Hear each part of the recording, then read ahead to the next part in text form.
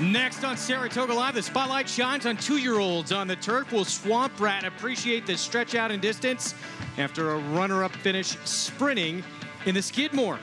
It's no secret what Joyful Heart wants to do in the feature. The speedy sprinter hopes to steal today's feature race on the front end. Will he have any company up front? And Some Like It Hot Brown left his competition in the dust in his turf debut. He'll actually be turning back in distance in today's feature race. The With Anticipation coming up on this Wednesday edition of Saratoga Live. It's presented by Claiborne Farm. 100 years of doing the usual unusually well. Couldn't ask for better weather on this Wednesday afternoon. We have a good crowd on hand as we head into our final week of the meet here at Saratoga Racecourse. Good to have you with us on Fox Sports 2 and other regional networks across the country. Greg Wolf alongside former New York Met, LA Dodger, Paul LaDuca, New York Racing Association handicapper Andy Serling. Our feature race, it was won by Run Happy Travers winner Catholic Boy last year. In this year's edition, we have a 6-horse field, and Swamp Rat going to be stretching out in distance for Phil Gleaves. Yeah, and a horse that was very impressive the first time out, Andy, and then the second time out was good again. But here's the issue. A horse that does not like to break going short now has to go long, and sometimes that could be a sucker's play. Well, there's a lot of questions, really. Obviously, the horse also has to stretch out. Yeah. The effective is because he's a closing sprinter. Doesn't mean he wants to go long. And also, he's coming back just 12 days after That's running. true, It's too, a warm day today, and I think there are a lot of questions with him. Can he win? Absolutely. Do I trust him? No. Meanwhile, Some Like It Hot Brown. For Mike Maker, he won by 8 lengths, going 1 mile and an 1/8 on the turf in his turf debut. It was only supposed to be 1 mile and a 16th. The starting gate was put in the wrong position. He completely dusted his competition. What do you think coming back? I think he's the horse to beat in this race. He's shown he can go a distance. And he got a very fast pace to win that race, an extraordinarily fast pace. And I think it makes his victory look a little more impressive than it was. But still, he buried the field, and there are mixed results from the other horses. The horse who finished 3rd came back and just was a non-factor, but never got involved. The horse who finished 5th came back and dusted a field. So maybe the race was pretty good. Yeah, you can't really tell. But listen, the one thing you do know is when you beat a field by 8 lengths on the turf, that's by a lot, and he's done it at the distance at 1 mile and 1/8, and he's actually cutting back. So he has an advantage on a lot of these foes that have never even gone the 2 turns. Meanwhile, with more on the runner that might be the one to catch in our feature race coming up, let's check in with Maggie Wolfendale.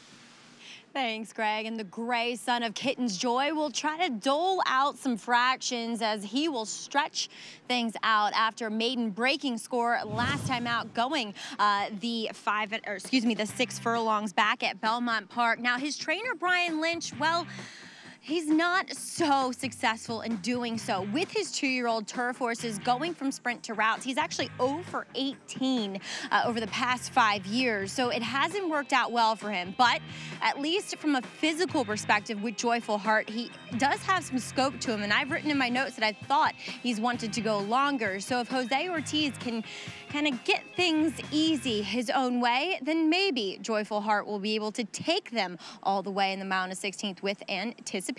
Greg? Well, he's been very, very quick. Son of Kitten's Joy in his first couple of starts. Interested to see him stretching out. That is our feature, the Grade 3, mile and a 16th on the turf in race 9 today. The races we're bringing you comprise the late pick 4. We start sprinting on the dirt. We'll stretch out to 7 furlongs in the 8th race. That 9th race, our feature, 2-year-olds in the turf event, and close things out in an intriguing nightcap. Mile and a 16th inner turf. New York breds trying to get that first win of their career. Weather and track conditions. They're presented by Piranha Fly Spray, the preferred fly spray of the Saratoga Racecourse. Piranha on, Pest gone. Main track is fast, and our turf condition for this Wednesday afternoon is firm. Beautiful blue skies. And here's a look at the first leg of the pick 4 sequence. 6 furlongs, New York bred entry level allowance fare. Regis, as we expected here, opening up as the favorite. Horse who was a 5-time winner. Yeah, 5-time winner. 0 for 2 here at Saratoga. Does have a second. Good form, Andy. The horse to beat, basically on paper. But listen, do you want to take that price? Yeah, I mean, I don't think there's a problem with the price and may even go lower. She's the horse to beat in here. I think the question becomes, and it's something we deal with as players, in a pick 4, do you want to have a backup? Yeah, that's true. Well, Paul LaDuca put together a pick 4 ticket. Let's see what you came up with. Well, Andy hit the nail on the head, and I decided not to go with the backup because I I thought races 8 and 9, you can try to get your prices. Whether you like a horse or not, I think a bomb can win. You can make a case for a bomb in each of those races. And then I'm going to try to lower my head down and really try to get deep into race number 10 with the foreign train. I think Pearly Tower is the horse to beat. I thought Whiskey Run could get away from that group. I just don't know if the Gelding by Utopia is good enough. But yeah, I'm like, again, he was saying, you either decide whether you want to single this horse, use a backup, or use many, because this horse, Fair Regis, is the horse to beat. She really is. 2-1 favorite right now, the Robert Falcone barn, and more wins than anybody in this field with 5 to her credit. Get signed up, get started, play along with all the races we show you each and every day here on the show. $200 new member bonus when you use the promo code Saratoga Live. Bet any track, anywhere, anytime. You can download the NYRA app or go to NYRAbets.com. Use the NYRA app to hit a trifecta in our feature today, the With Anticipation, and you will earn a 10% winner's bonus. The app available in the App Store or for Android on NYRAbets.com. NYRA offers a 10% winner's bonus on a selected stake every day of the meet. Horses coming into the paddock. We'll have a paddock report with Maggie Wolfendale when we come back from a short timeout. Our pick for pool, $172,000 and growing. We'll be right back after this. Eclipse champion Blade is having a breakout year in 2018. Among the nation's leading sires of stakes horses, his recent top runners include Fault, Maraud, Marley's Freedom, Beyond Blame, and Miss Kentucky. He's also making a name for himself internationally with French Classic winner Singman. And with yearlings bringing up to $350,000, this 3-time Grade 1 winner offers outstanding value. Blade, standing at Claiborne Farm. They're off. Bet the horses anywhere, anytime with NYRA Bets. Rushes out of there to take the lead. It's easy on your computer or NYRA Bets app. Earn valuable reward points on bets. Play in our exclusive promotions and earn cash rebates. Sign up now. Bet $200 and get $200. Bet any track, anywhere, anytime. NYRAbets.com. Switches back to the outside. Exaggerator down to the 16th pole, but Exaggerator has turned the tables. He has won the Preakness. Phoenix has won the Travers over American Flag. Irish War Cry has won the Wood Memorial. Alice. Good Magic's gonna win his first race, and he's gonna do it in the Breeders' Cup Juvenile. Visit Rivers Casino and Resort, upstate New York's ultimate entertainment destination with live table game action and the hottest new slots paying out millions.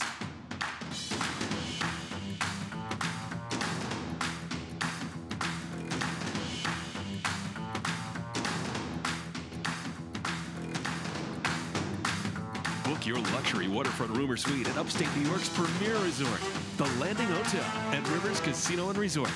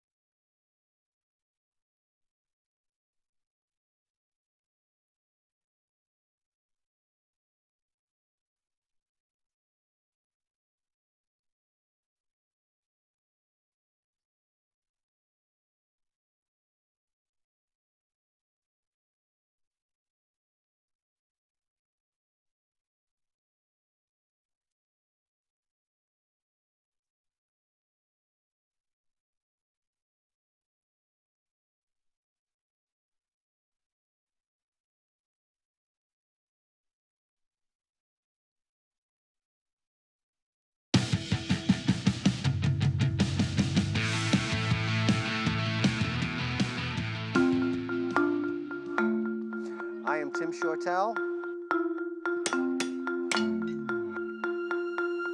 I'm a farrier.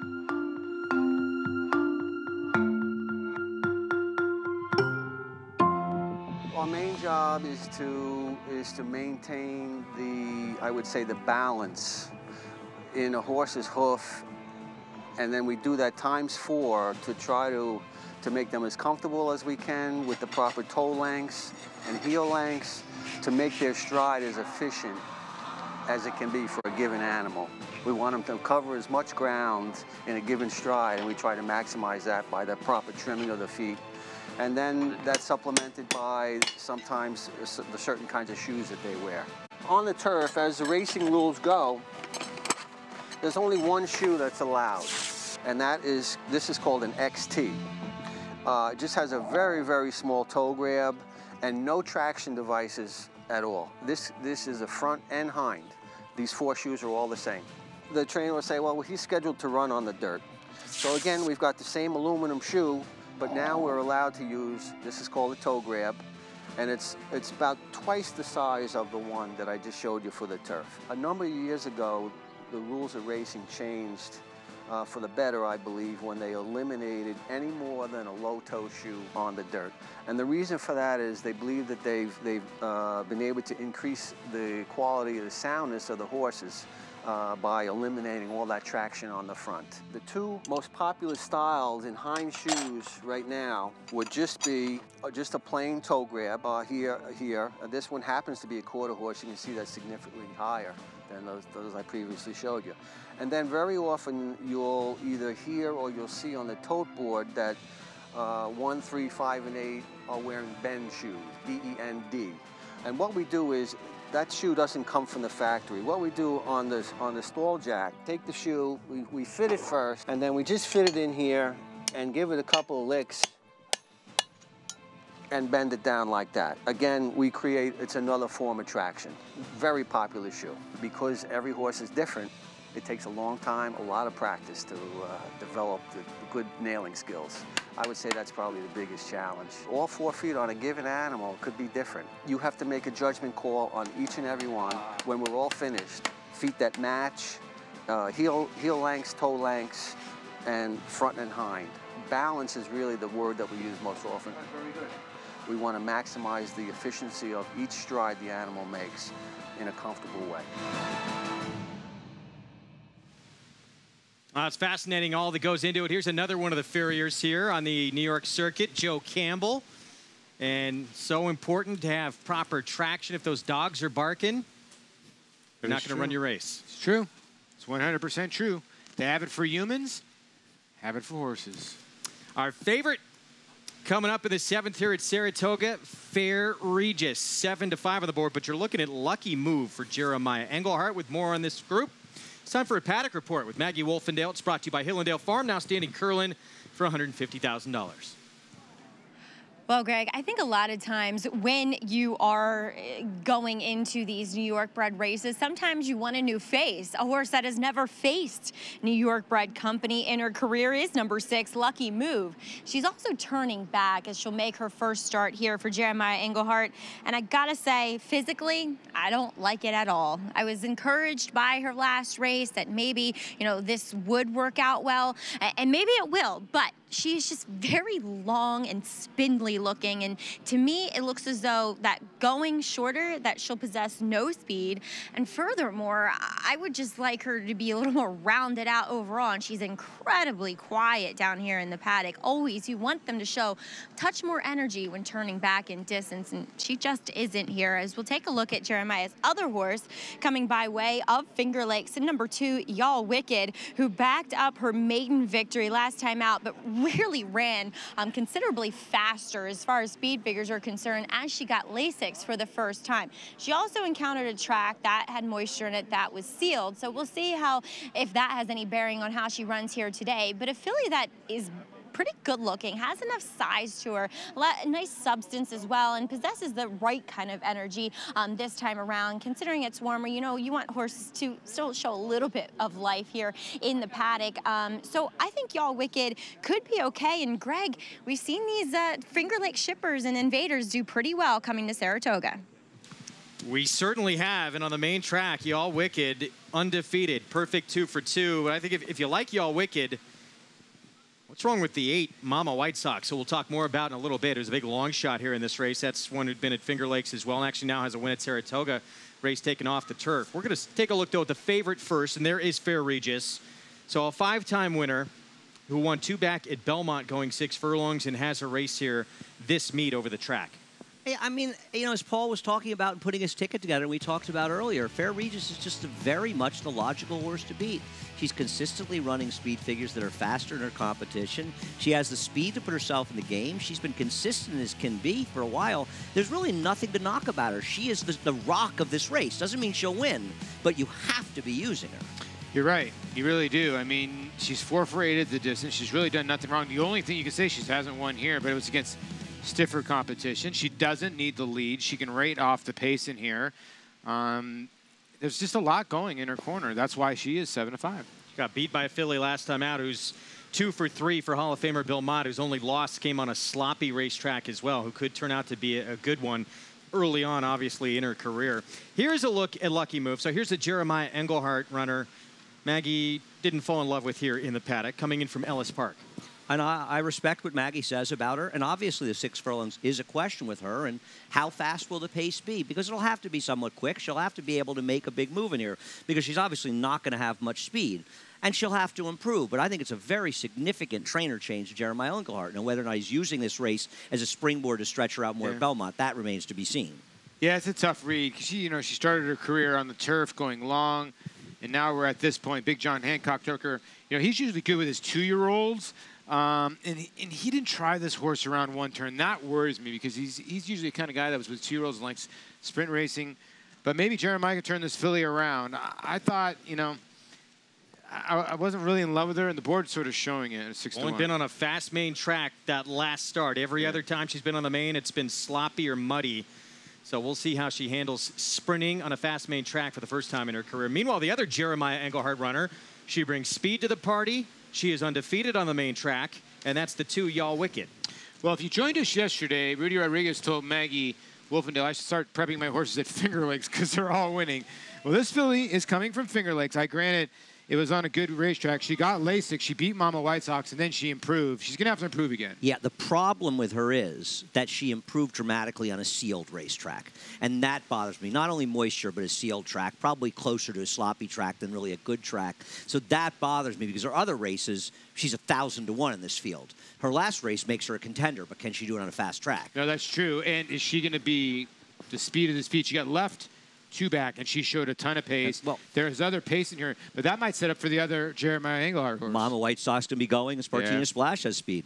Meanwhile, out of orbit, Manny Franco will be aboard. Was a winner 3 back to get that maiden score at Belmont going 6 furlongs. Nothing wrong with her races. She's not supposed to beat Fair Regis because she runs her races and she's a little bit slower, but she's a player to at least get a piece, isn't she? Yeah, she seems like that filly is going to sit that really good spot. You know what I mean? Since they put blinkers on her and she sprinted on the dirt, she's been first, third, second, right behind Fair Regis, and she usually runs a really, really fair race. 9 to 1 on Out of Orbit right now. Starlight Mission, Gary Contessa. He's quietly having a very nice meet. In this 3-year-old filly by Mission Impossible, took her 9 starts to break her maiden, and then she was 3rd behind Out of Orbit, who ran 2nd, beat about 4 lengths to her last start. We could be on our way to a 6-figure pick 6 payout if this horse wins Starlight Mission. She just seems a little on the slow side to so many horses, doesn't she, Paul? Yeah, and I think she's pace compromised. She might be able to pick up some pieces late, but she's 1 for 10 lifetime, too. I mean, there's other horses in here with 2 wins, and I get Rosario fits her, but I think 7 furlongs or maybe a 1-turn mile when she goes back to Belmont would be better for her. Meanwhile, talk about these Finger Lake horses doing well, and if you think Y'all Wicked has a shot in here, the 2's at 6 to 1 on the board. This horse battled with her every step of the way. This one was actually down inside on the fence, probably not the place you want to be. Since then, has come back and broke her maiden. Now, granted, it was a race taken off the turf here at Saratoga, but she has speed. She has the outside post, at least from that other runner. Why not use this one if you think the 2 has a shot? She has no chance, this horse. Well, if you're lined up in this race, you have a shot.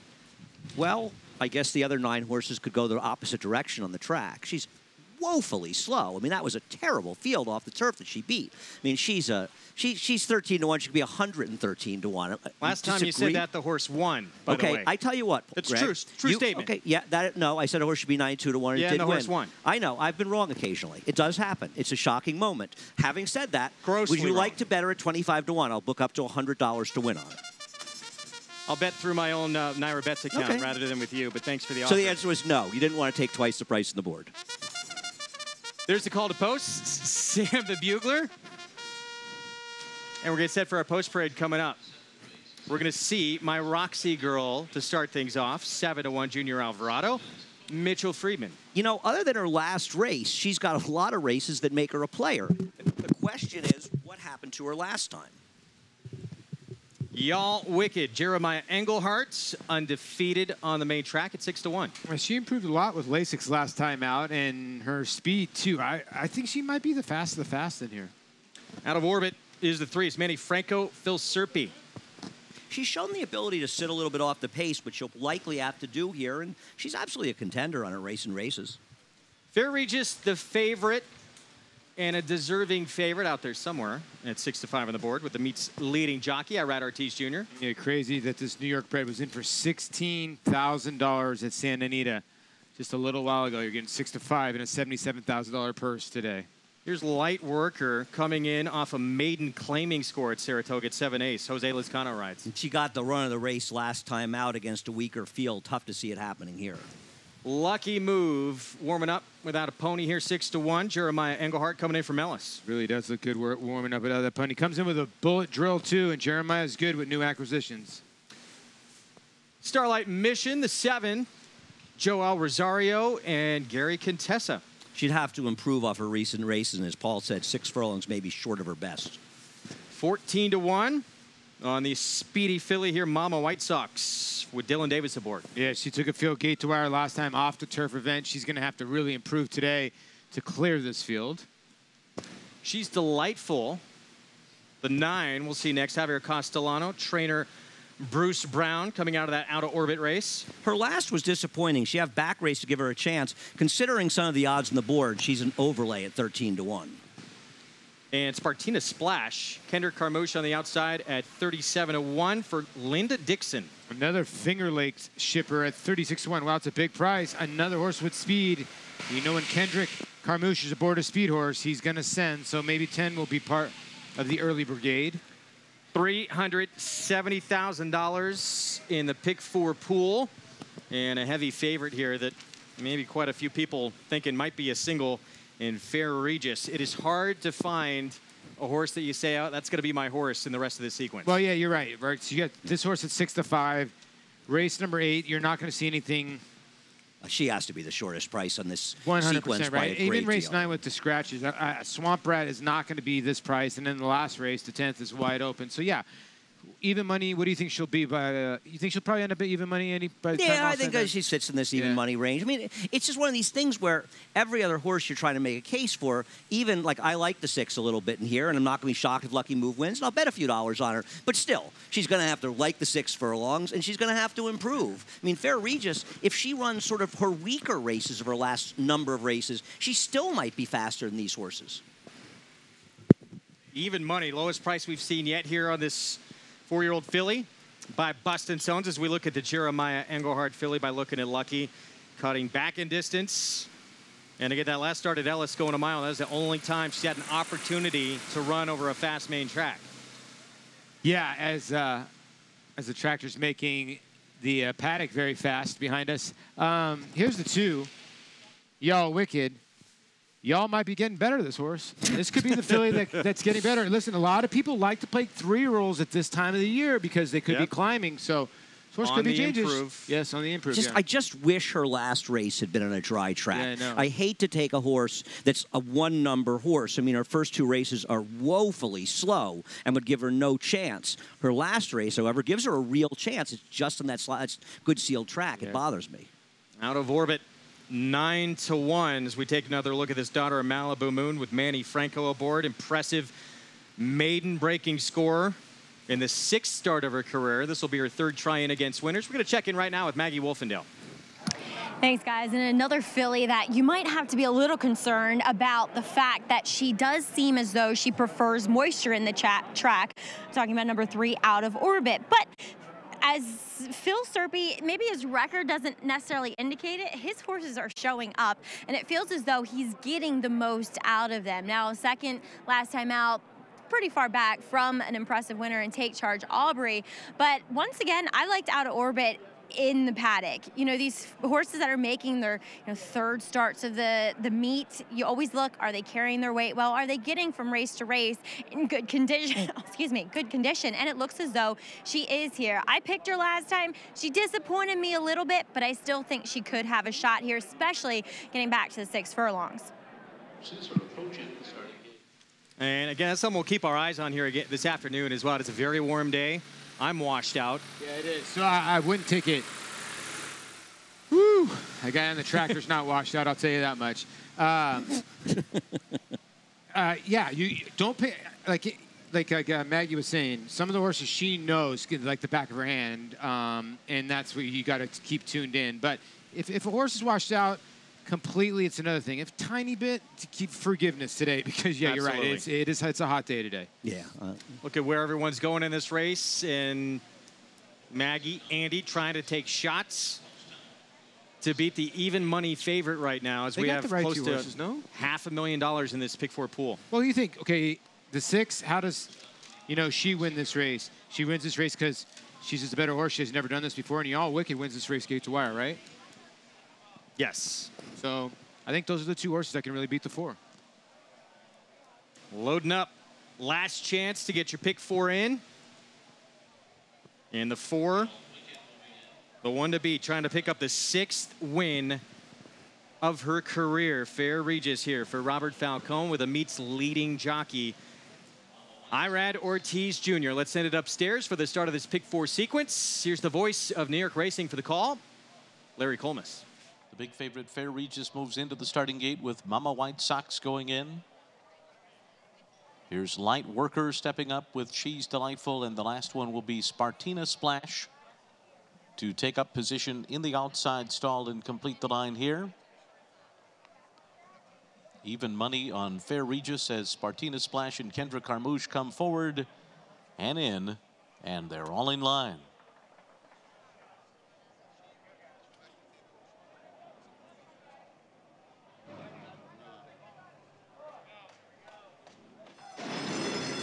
Off. Spartina Splash, Fair Regis, Mama White Sox between those 2. Y'all Wicked joins them from the rail. These 4 with the most early foot. Out of Orbit is away running in 5th behind them. And then it's She's Delightful. My Roxy Girl to the inside. Light Worker is next. At the back are Starlight Mission and Lucky Move. Up the backstretch, Y'all Wicked. Sent to the front by Jose Ortiz. Opening up by 2. Fair Regis second. 22.39 the opening quarter mile. Mama White Sox third on the outside. Out of Orbit is 4th by 2.5. And then it's Spartina Splash and She's Delightful, My Roxy Girl and Light Worker. And at the back are Starlight Mission and Lucky Move. Up top, it is Y'all Wicked. On top by 2.5 lengths. Fair Regis is going to save ground right behind her. Out of Orbit swings up on the outside 3rd. And they're into the stretch. Fair Regis gets through on the rail. Fair Regis comes charging through to take the lead now. Out of Orbit tries to stick with her. Y'all Wicked is back running in 3rd with a furlong to run. Fair Regis on the inside.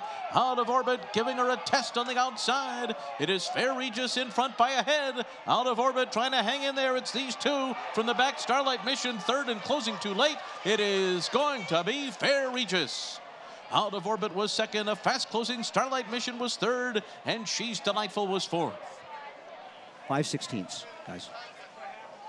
Favorite, Fair Regis, she got tested in this one. Crosses the wire first here in the 7th race. Yeah, and listen, it's one of these things where Fair Regis gets the run of the race. Out of Orbit is on 3 wide. And I want to know if they touch here at all, Andy, or if they do touch late. Because I know that Irad is staying right-handed very, very vigilantly. And at the end of this, they might put touch. And I don't know if the 3 keeps coming in or not. Yeah, you commented, and I thought you were right when we were watching it live. The 3 seemed to be coming in. I thought the pivotal moment in this race was around the 5/16 quarter pole when Irad decided, let me go to the inside. The 2 is probably going to drift and cut the rail. I think that's where he won the race. Here's a look at the head-on. So your favorite, your winner on the inside, white blinkers out of orbit on the outside in the green silks. And is there any contact? The three comes in, Paul. You were dead right. The 3 came in there, comes in again. In fact, the 3 probably hit the 4, so the 4 comes out a little towards the end. I think you were correct. Out of orbit was the one coming in. Yeah, and it's a shame because he was going right-handed, Manuel Franco, and the 3 was responding. If he has more space, like, you know what I mean, where he has like 2 or 3 lengths of space, he goes by the 4 there. He was going by because he kept on coming and coming. Like I said, I singled the 4, get a little lucky here because the 3 was going by the 4. He just couldn't get enough space. Starts, it seemed like, yeah. 4-3-7-9 finish. The 3 out of orbit causing all the issues it looks like here in the head-on in the stretch. So this result will stand. Even money. Fair Regis gets the job done, and another victory for the meet's leading rider here, Irad Ortiz Jr.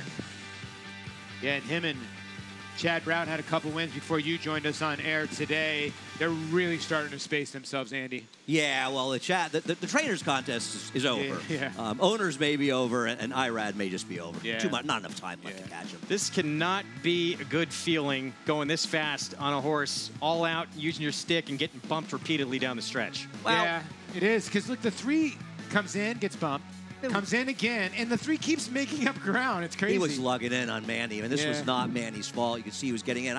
I still think this was a terrific. I mean, well, you win an even money shot. The tendency is for people to say, well, he just rode an even money shot.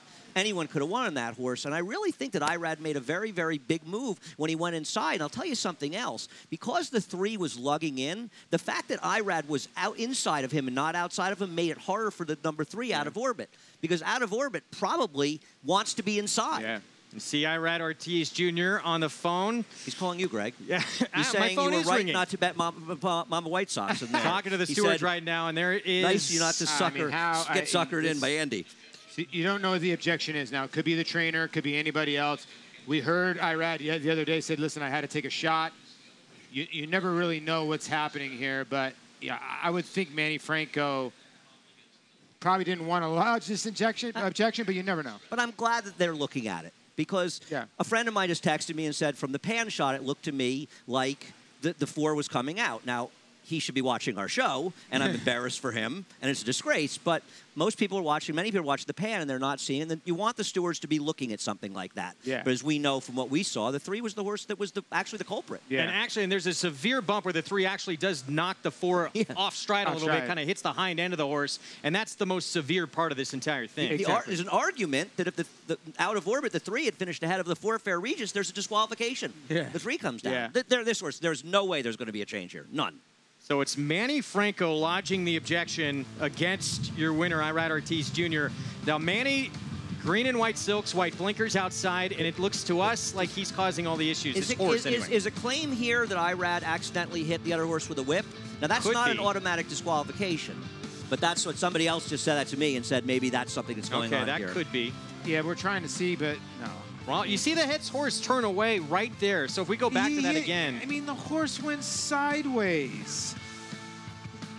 I mean, he literally turned the 4 sideways. But if he hits him, it's after the 3, after out of orbit, banged into the other horse. I mean, you know, once you've been fouled. You would think it would my point negate is, that. like, I understand Mitigating circumstances. the whip to the face rule, but if you keep bumping into me going 40 miles an hour 3 times.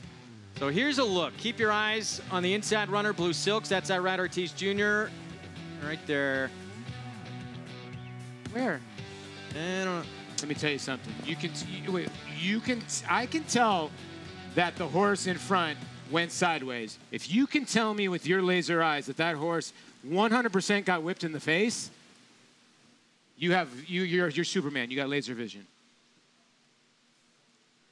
Taking a look, might have, and almost, it's tough to tell, but it looks like it might have been right there. But my point is the 3 ran into him twice and knocked him sideways. The 3 did bump and knock the 4, who got sideswiped a little bit in here, which was more severe. Left it up. It's over.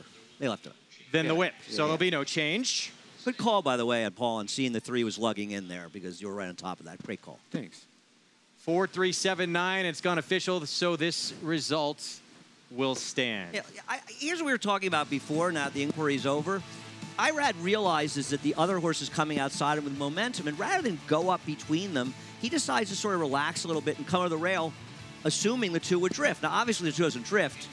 He looks like a fool. Yeah, it's true. But he was correct. The 2 drifted, and he came through on the inside. And I'm going to say, even money or not, that was the winning move. It was. And you can see right here, keep it going. See, Manny went left-handed, and his horse was not responding. Now, watch right-handed. Watch the 3 respond. See how the 3 is responding? The 3 is responding and about to go by right here. Bumps into him. About to go by again. Bumps into him. I mean, like, literally, the 3 just needed space to get away from the 4 because at the end of it, they just quit riding because they knew they'd hit each other, you know? So a lot of people alive in the pick 4 now. Yes. You have to breathe Good easy. single. That's all right. If you had that one, but you get the job done here in the end. So Robert Falcone drawing away stable, and I ride Ortiz Jr. win with his filly, Bustin' Stones. Ooh, Phil Serpy. And he's the trainer of Out of Orbit. That's the way. You want to win. I guess. You want to win. It's the way you hang up the phone with your bookmaker. Standing by with the winning connections. Let's go to Maggie Wolfendale. Here, gosh, trying to shot orders here at Help as well. But Rob Falcone, congratulations here with Fair Regis. You had to sweat it out a little bit, but as you said, the outside runner coming into you a bit more than anything that your horse did. Yeah, I saw them bump down the stretch. I knew there would probably be something up, but you don't know until the head-on. But once they showed the head-on, I mean, I don't know. I saw the outside horse come over on us twice, so I wasn't really too nervous about it. And Irad was, you know, same way as me. He wasn't nervous at all, so. Well, that's always a good feeling when your jockey isn't nervous either. But Fair Regis has been quite a productive claim for you. She ran well out in California. Now she's an A other than winner as far as New York breds are concerned. Yeah, she is. Yeah, she turned out really good for us. And she was a little quirky filly, but she settled down into the barn real well. And that kind of, I think, helped her out and improved her a bit more. Now, Rob, as far as taking horses to California this winter, it was extremely successful. Will you head back there this time around? It depends. You know, there's a couple of things out there. We'll see what happens. I loved it out there. But we'll see. I got to get the horse to go out there with, so we'll see where that goes. Where the horses go, that's where I go, so. I like that answer, Rob. Congratulations here, though. Thank you. All right, guys. Fair Regis, she's been awfully nice for Mr. Falcone. Well, she is remarkably consistent. Picks up her 6th victory. And, you know, when she's facing the field where, you know, a lot of these runners had just 1-2 wins on their resume. Yeah, and you got to give him credit, man. Here's the other part is I'm surprised, especially out there in California. Those guys like to claim. They let this horse go through the 16-on-3 and the 33-2, where she won by 8 and won by a length and a quarter, and she's just continued getting better and better at 4. Bustin' Stones as a prime timber mare. Lake Song for drawing away stable. She shows up every time. Yeah. You have to really love horses that are always there. Let's take a look at the Naira Bets late pick 5 follow along. We're 2 legs in. Trace Charmant, $9.40, winning back in race 6 before we came on air for Linda Rice with Jose Lizcano, TLC Thoroughbreds, and now Fair Regis as a short-priced favorite, but we got a long way to go here. This is a tough race, the 10th race, a tough race. We'll see what happens. There's still chances for some prices for sure. Meanwhile, take a look at what happened on Monday.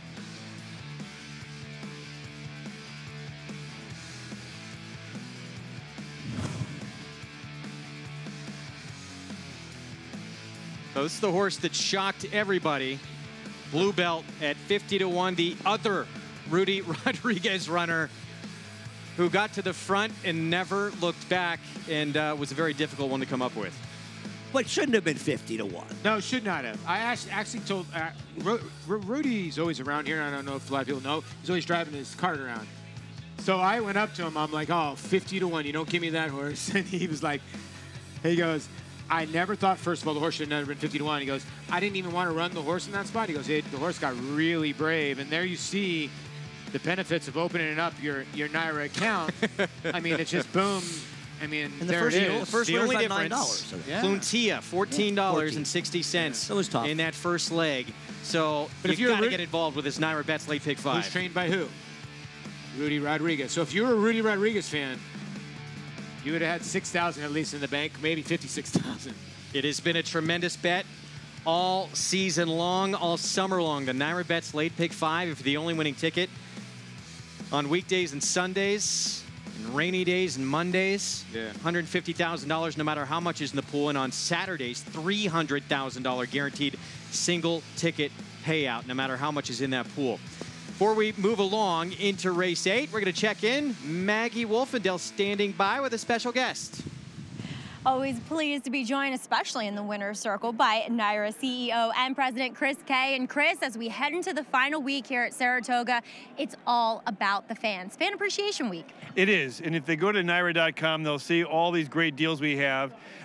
You can buy 2 and get 2 free and reserve tickets on Friday and Monday.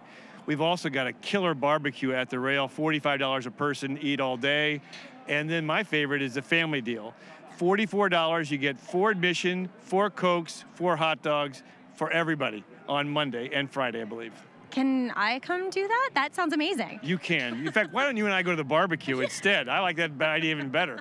Also, this Saturday, the Woodward coming up, and it's drawn a huge field. I mean, there's a lot of great racing left. There is indeed, and that's going to be a super race with 14 horses in the field right now.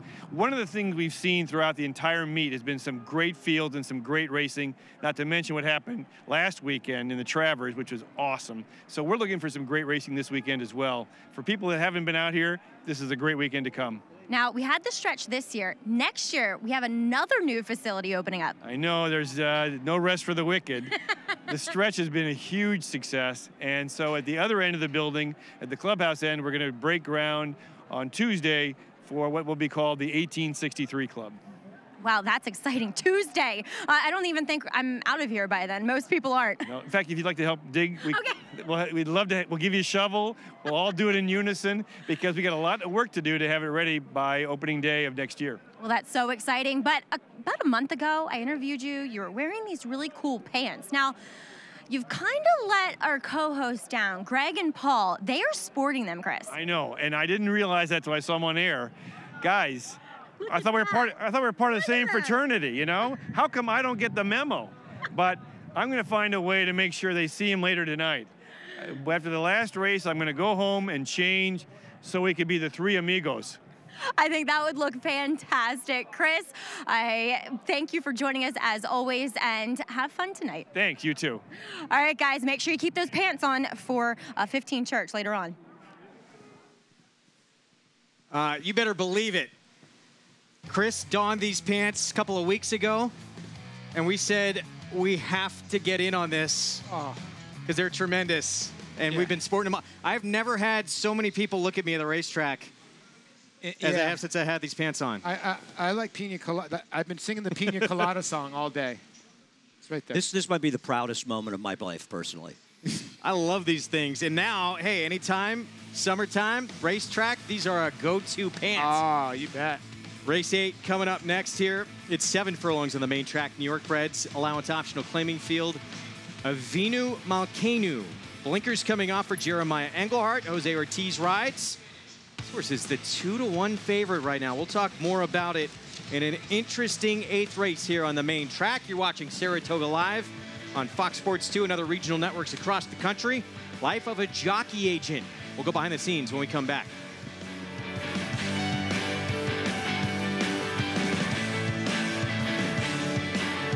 His record-breaking accomplishments on the racetrack paved his way here to the Stall of Legends. Now retired to stud, we welcome the dawning of a new era as this esteemed champion hopes to stake his claim to immortality. His blazing speed and striking good looks have been passed down to his remarkable first foals. Foals that will carry the flag of their famous father and one day hope to break records of their own. Medication-free and undefeated in sprint competition. Run happy, standing at Claiborne Farm.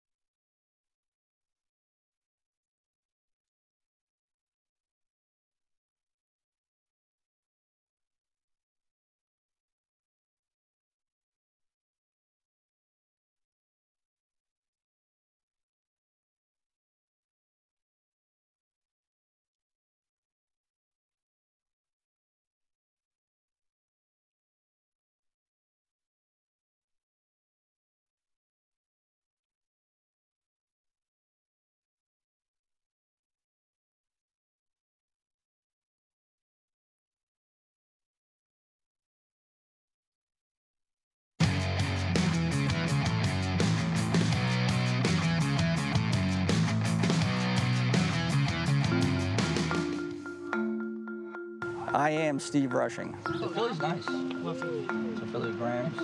I am a jockey agent.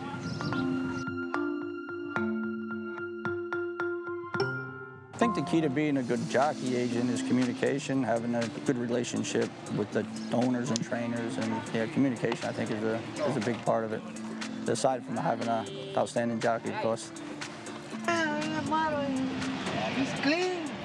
The work in the morning, you know, a lot of it is, again, communication. You got to communicate with the jockey, you got to with the trainers, setting up schedule for their workers when you know, they have to work horses, or whether it be future engagements. You know, meeting with the trainers, or texting, or calling the trainers, and yeah, it's you know, it's an all day job, definitely. Quick wind, ground, high round, shoot. And we're booking mounts weeks in advance sometimes, so it's, you know, then we have to watch the races, follow the races, the horses, who, you know, what horse you might be trying to get your jockey on, or. That's the never win too for 40 in the grass. Looking for conflicts where another jockey might have two horses pointing to the same race, and obviously you can only ride one horse, so you're trying to, you know, get ahead of the curve and try to get on one of those two mounts.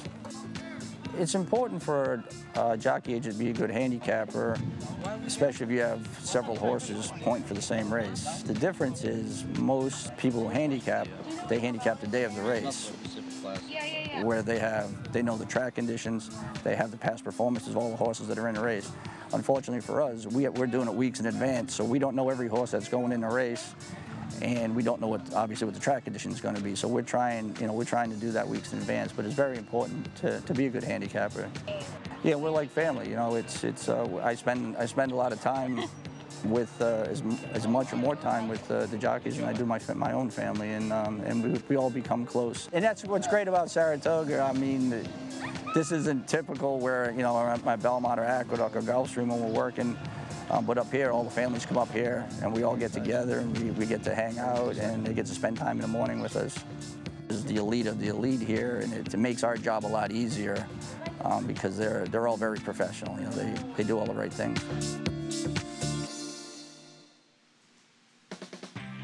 Well, it is a true team effort. It's so important having a good jockey agent working for you, and Steve Rushing doing a tremendous job working with Arad Ortiz, coming off a 60-win meet at Belmont to lead the way, and he's leading the way here at Saratoga. Listen, your agent is, I hear stories from guys and from trainers say they don't want to deal with agents and this and that.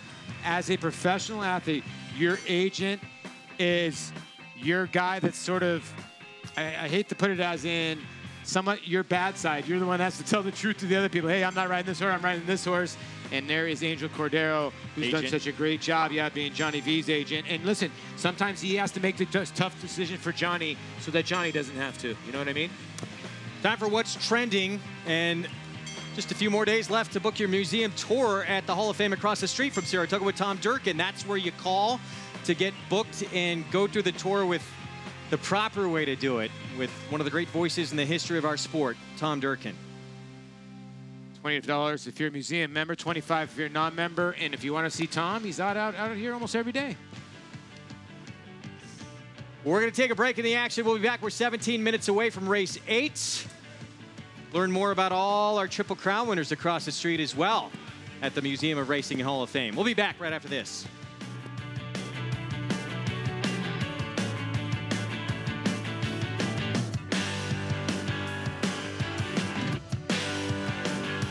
Undefeated graded stakes winner on the track, Algorithms was the nation's #1 sire of 2-year-olds in 2017 by percentage of winners. His top runners include multiple graded stakes performer Rich Mommy, winner of the Grade 3 Sugar Swirl, multiple stakes winner and graded stakes performer Recruiting Ready, and stakes winners Taylor Spirit, He Hate Me, and Sunset Ridge. In the ring, his yearlings have brought prices up to $220,000. Algorithms, standing at Clayton Farm. They're off. Bet the horses anywhere, anytime with Naira Bets. Rushes out of there to take the lead. It's easy on your computer or Naira Bets app. Earn valuable reward points on bets. Play in our exclusive promotions and earn cash rebates. Off the turn with a link to the half lead. Sign up now. Bet $200 and get $200. Bet any track, anywhere, anytime. NairaBets.com.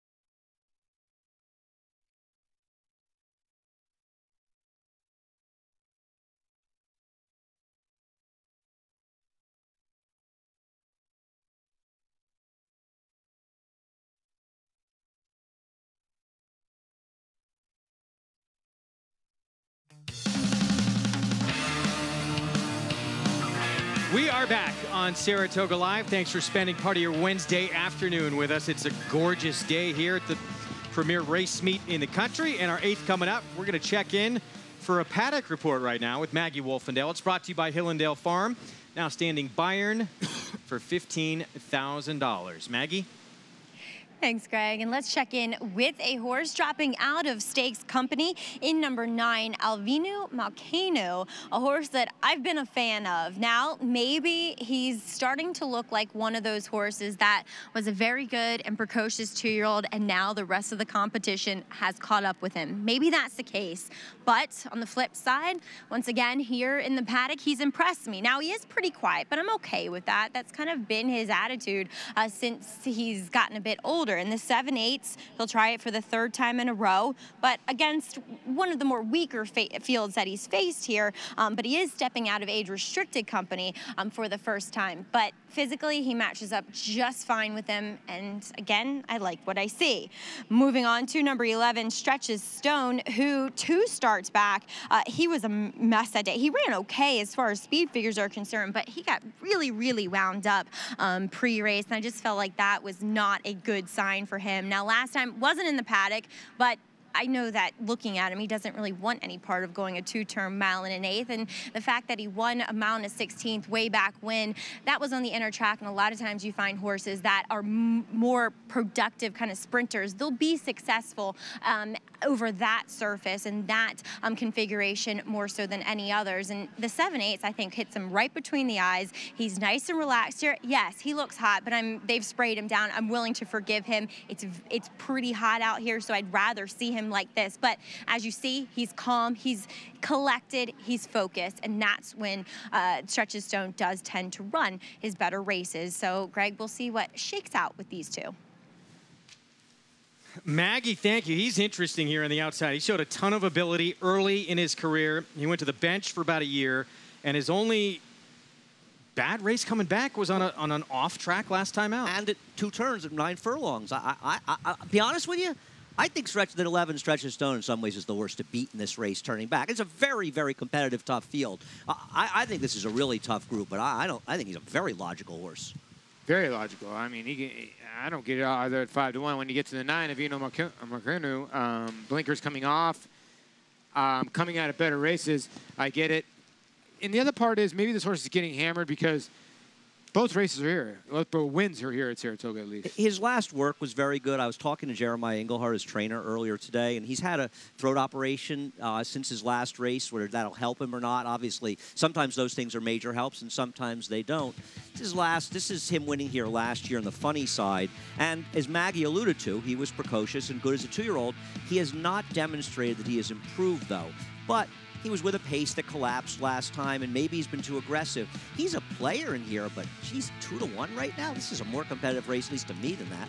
Yeah, and the worry for me with this horse is going the 7 furlongs off that long layoff, and only 1 race basically since April, and 2 races since November of 2017. So will fitness be an issue late in the race for the 9? 2-1 favorite on the board. Go ahead. His Bayshore was a very good effort. I mean, he arguably ran better than Gage, who finished second in there. It was no killer, but he's pretty good. I have mixed feelings. I used him. I just think he's an underlay. All right, so your favorite at 2-1. Avinu Malkanu. So we approach the 8-minute mark to post. We're going to take a break in the action here coming up. Stretches Stone. Little cold on the board from his 7-2 morning line, but we all seem to think you can make a major case for this horse here from the outside. Rajiv Mirage will be aboard. We'll talk through some of the other runners and our post parade coming up here for this 8th race when we return. And also, still to come, an inspiring story of an artist, a jockey, and how the two became great friends. Grade 1 winner Data Link by world-renowned sire Warfront. Data Link scored in the prestigious Grade 1 Makers 46 mile at Keeneland, then set a new course record in the Grade 2 Monmouth Stakes. His runners include stakes winner Saratoga, along with a growing list of talented young runners. At public auction, his yearlings have sold up to $200,000. Data Link, standing at Claiborne Park. How do New York breds perform? They win in world-class company. From Grade 1 races in Dubai, where New York-sired, New York bred Mind Your Biscuits won the Golden Shaheen for a second time, to Belmont adding to his status as the richest New York bred with a close second in the Met Mile. The Belmont Festival saw 2 more New York breds become millionaires, 4-star Crook in the New York Stakes, and world record-setter Disco Partner with a repeat victory in the Jaipur. New York breds, get with the program.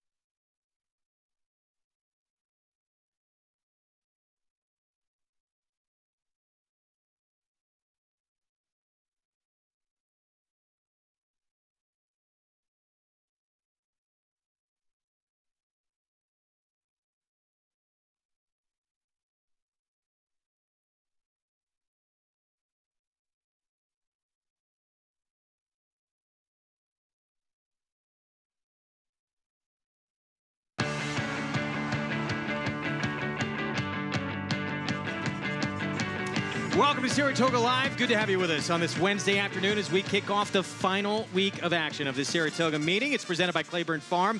100 years of doing the usual, unusually well. We got great weather today, and want to remind everyone, get signed up, started, play along. You can bet all the races we show you each and every day of the meet. $200 new member sign-up bonus when you use the promo code Saratoga Live. Download the NyraBets app or go to nyrabets.com.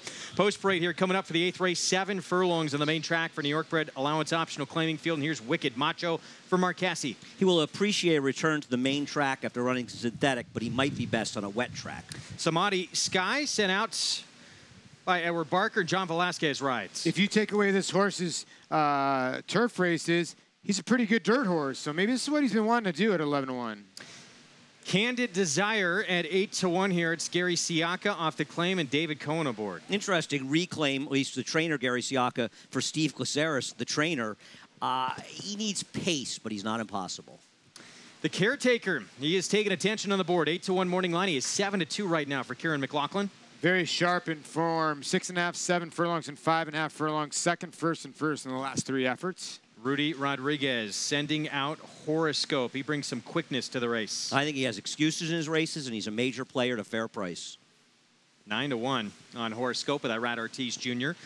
Ultimate Enticement, Rick Violet sends this one out, and Jose Lezcano rides. Major excuse to the Mike Lee when he was way against the track. His race 2 back gives him a chance.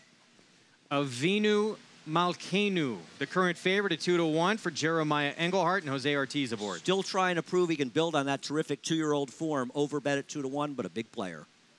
Sudden Surprise. It's been moving from barn to barn. He's with David Canizzo now off the claim. Ricardo Santana Jr. rides. Not the worst 13-1 shot, considering he's 11 for 24 lifetime and 4 for 5 over this racetrack. Loves it at Saratoga, no doubt. And on the outside, Stretches Stone, trained by Bruce Levine with Rajiv Mirage. Cut back and distance should help his chances, and he has the speed to put himself in position. A player at a very fair 5-1. So 4 minutes to post here in race 8. Just tuning in, our feature race 9 today, 2-year-olds on the grass in a mile and a 16th in the with anticipation. Stretches Stone, let's go back to the 11 here. So Bruce Levine, route to sprint on dirt over the last 5 years, 20% with that move.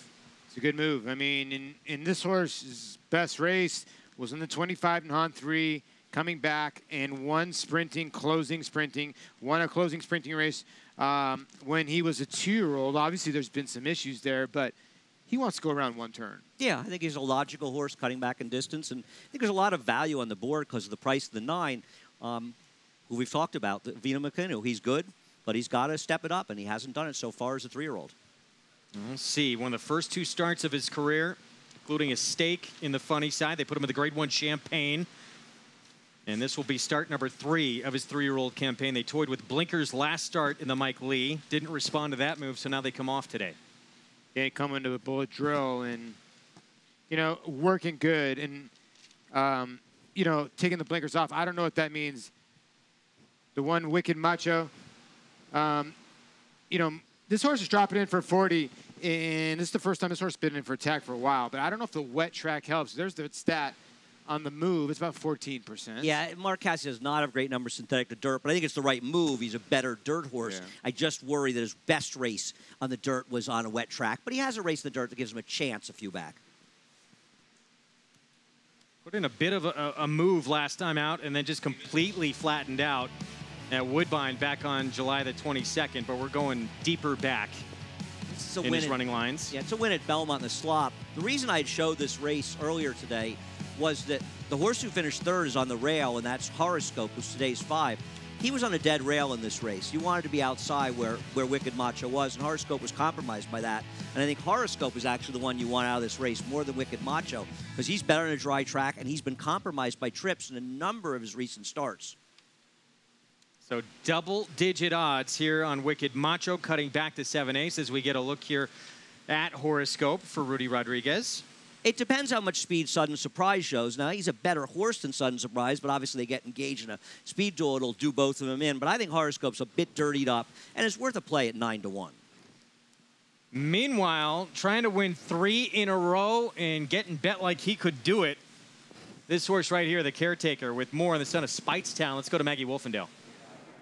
Thanks, Greg. And he'll be looking for his 3rd win in a row. And the Caretaker seems to be thriving off running well, or vice versa, however you want to look at it. Because really, in the last couple months, I've never seen this horse look this good. And I just feel like his confidence for Kieran McLaughlin is through the roof. Now, we'll see how he handles. Obviously, he kind of got lucky in catching that off the turf race last time out, but still, he's been in good form, and there's always something to be said about that. Now, another one that is coming in here who knows how to win races, as Paul mentioned, is number 10, Sudden Surprise. Now, Dave Canizzo can be quite interesting in that sometimes when he claims horses, it can go really well, and sometimes not so well. He does seem as though he does better with claiming speed types, and that is what Sudden Surprise is here. He was sharp. He was really nicely on the bridle. His weight looks better than ever. And I feel as though when this horse shows that sharpness, that keenness pre-race is when he does tend to run his better races. So I like the coupling with Ricardo Santana as well. We'll see how he does. He's a huge price right now at 14-1.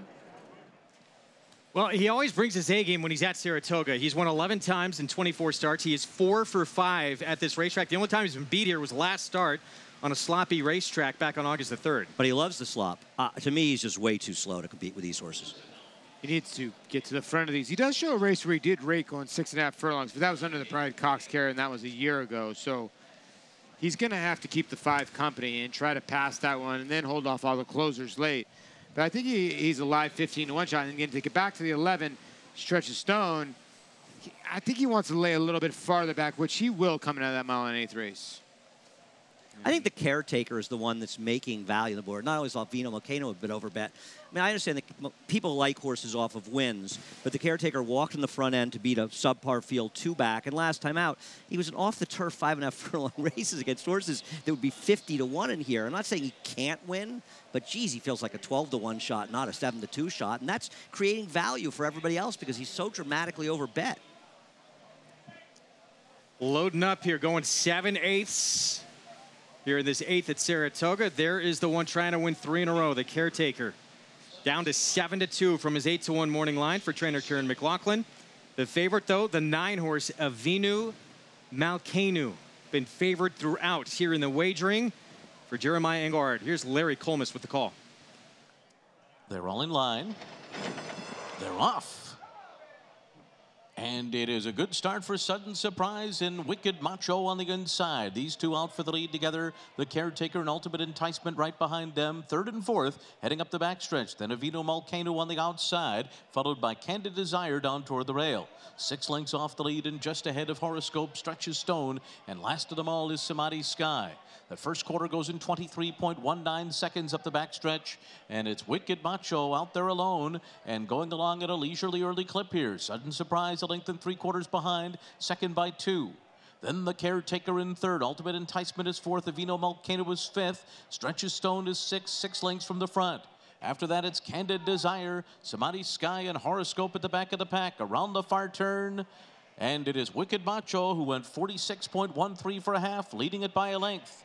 Sudden Surprise second, the Caretaker is third, Avino Volcano right behind the leading trio in fourth, needs a way through as they come to the top of the stretch, then Stretches Stone on the outside. They're into the stretch, the Caretaker. Here's Avino Volcano on the outside coming on now. Sudden Surprise is down toward the inside, just bumped with the Caretaker. The three of them now across the track, the Caretaker, Avino Volcano, and Sudden Surprise on the inside. Avino Volcano and the Caretaker down to the wire, these two bobbing heads. It's going to be tight. The Caretaker won it. Edging out Avino Volcano, then Stretches Stone and Candid Desire. The Caretaker, 3 in a row for Kieran McLaughlin, battling with Avino Volcano and just edges him out. He seemed to bump a couple horses in the stretch. Be curious to see the head on. I guess when you're in good form, but I'm surprised by this, but he got the job done. A terrific ride, good trip. Yeah, we got to see it again. Again, this looked like the same almost replay of the last race. Like the 4 lugged in a little bit and pushed the 10 a tiny bit. Now came, and now they're straightening out. Now the 9's gonna a tiny bit brush with the 4, and can't really tell. Watch the horse in the 4. There's the tiny brush with the 10, nothing there. And now... Well, now he comes in. He did bump him. He bumps him a little bit. Okay, now focus on the 2 horses to the left. Does anything happen there? Tiny bit of brushing. Nothing there. Again, the 9s actually came in on him. Again, we've seen another horse on the outside just sort of hanging a tiny bit. And yeah, really nothing there, but there was a tiny bit of bumping. But the Caretaker, sometimes when you're just in good form, you're in good form. And wow, he held the 9 off. The 9 looked like he was going right by. 3 in a row for the Caretaker here. Luis Saez aboard for the victory. 4, 9, 11, 3 unofficially. As you take a look at Kieran McLaughlin. He's had a couple of nice youngsters at this meet, now getting it done with a 4-year-old son of Speightstown. Yeah, he's got a horse named Endorsed that he's got to be really happy with. Here's a low angle. There's the one little push there to left. He pushed the 10 in a tiny bit, but he was switching leads, so I think the stewards will forgive that. And then down the stretch, he actually keeps a straighter string than the 9 here. So. Yeah. I agree. And, good job here. And I'm sure the stewards are looking at this, but there's nothing going on here. I'm trying to figure out the horse I like, who's the Speed, was taken all the way back to last. What happened there with the 5? Horoscope. He took him all the way back to last. He closed, and I think he was 5th at here. I have no idea why he went all the way back to last. Change of tactics, I guess. But they were going so fast up front. Why would you want to be involved in that pace? They're walking. Yeah. I don't know if you want to be on the front end. I guess they were walking. The 1 just disappeared. He's not that good of a horse. I get it. The 10 disappeared. Maybe he's not that good of a horse. But the horses that were right behind them, too, ran 1, 2, 3. Public's too smart. 4-1 on the Caretaker and Avino Volcano.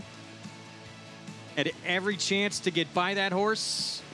Just could not get it done in here. So Caretaker make it 3 in a row and 2 wins here at this meet. At Saratoga, Luis Saez again aboard for the victory. Chester and Mary Broman, your winning owners. And a favorite defeated in the Naira Bets late pick 5.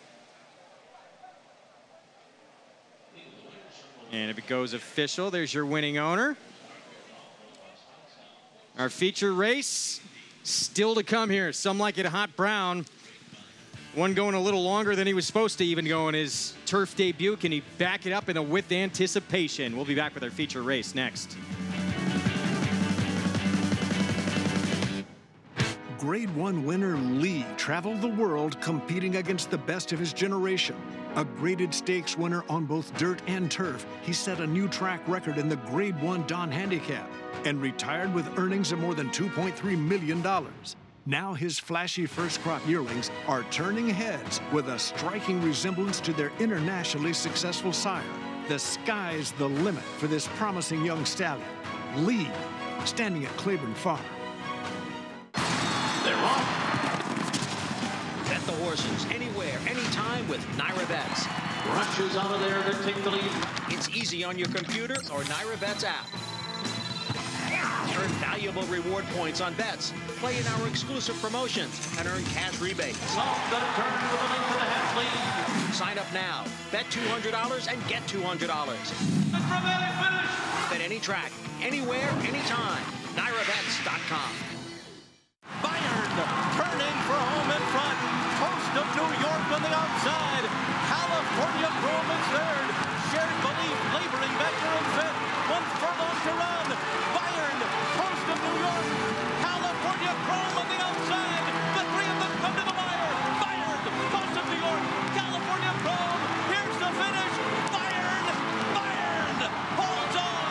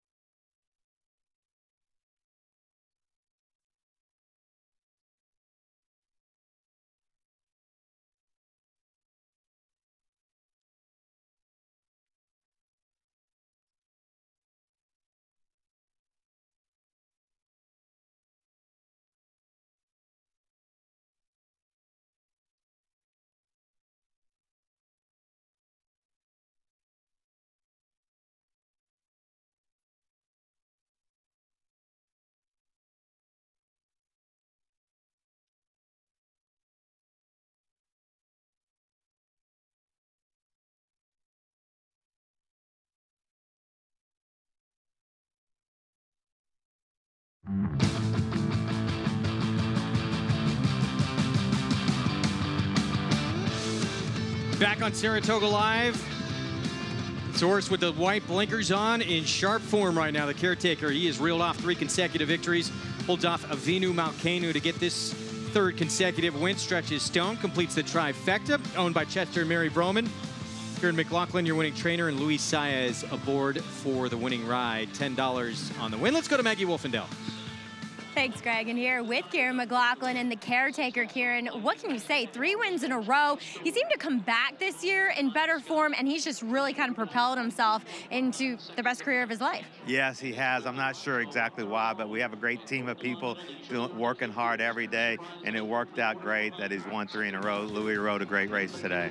Now, you were a little hesitant to come into the winner's circle, but when you watch the head-on, I don't know if you've seen it already, actually, Avinu Malkenu is the one who comes into you, and it almost seemed to propel your horse forward more. Yes, it did. There's been a lot of inquiries and a lot of takedowns, and I've had 1 takedown already, so I was afraid to come to the winner's circle, but it worked out well. You've had a nice couple of babies run as well. Endorsed, what is he looking at next? Probably the Champagne October 6th. A little too quick back for the hopeful, so we'll have to wait. All right, Karen, looking forward to him, but congrats here with the Caretaker. You have him in excellent form. Thank you very much. All right, Greg. Yeah, he's done a tremendous job with his 4-year-old son of Speightstown. Won at Saratoga here. That was a race that was taken off the turf. 5.5 furlongs today. 3rd win in a row. Now 4 wins from 17 starts overall. But he is sharp right now. Yeah, he is. I mean, 3 in a row, and then he held off Malkenu, which I'm surprised. There's the follow along, and the Caretaker will play it a little bit bigger in your late pick 5, late pick 5. Yeah, 8-1 morning line. Sometimes we say, let the tote board be your guide. This horse was taking serious action down from that morning line. Well, you can get involved in this NyraBets late pick 5 by getting signed up and started. Download the NyraBets app and play that late pick 5 right from your phone on the app. It's available in the App Store and for Android at NyraBets.com. The quickest and most convenient way to bet and win at the races. Our feature race coming up next. It's 2-year-olds on the turf at a mile and a 16th here in the With Anticipation. It was won by Catholic Boy last year. Right now it is Swamp Rat, who opens up as the 2-1 favorite for Phil Gleaves. Really good first time out, and it was good second time out on a very soft turf course in the Skidmore behind Chattel, and the one to beat on paper. Yeah, I just stretching out, you know. At least you know that the number 7 Mike Maker's horse, the Hot Brown horse, that horse can handle a distance. It's such an advantage. Well, this race, again, we talked about last year. Catholic Boy won it. He just went back to dirt. He might be better on dirt going forward than he's been on turf. But this race named after a horse we're going to show you right now who loved running in the Sword Dancer. Won it back-to-back years, including as a 7-year-old for Hall of Famer Jonathan Shepard. Well, you can't miss him. I mean, he's as great as they come, and he got it from his daddy. And he was the kind of guy that lumbered. You see him switch to his wrong lead because he saw that other horse and then took off again. He played around, too, and he got to the front end, and he was a great racehorse. He was a really cool horse. Big fan of him. Jonathan Shepard, of course. At that point, was in the midst of his 47-year winning streak, which unfortunately came to an end last year, but I agree. Very cool horse. He went back-to-back in the Sword Dancer and Man of War in back-to-back years. Is that Buck's Boy he's running now? I'm not really sure that is in the rail. That's Frankel, I think, on the rail, right? Might have been. That's a Frankel, I think. Look at that resume, 15 wins, $2.66 million. And he always seemed like a horse that, like that pro's pro, he knew where the wire was, you know? It was good. Well, with anticipation, the 2018 edition coming up next. We're going to have a Paddock Report post-parade. When we return in just a moment, our feature race here on this Wednesday afternoon at Saratoga Live is coming up next. Stay with us.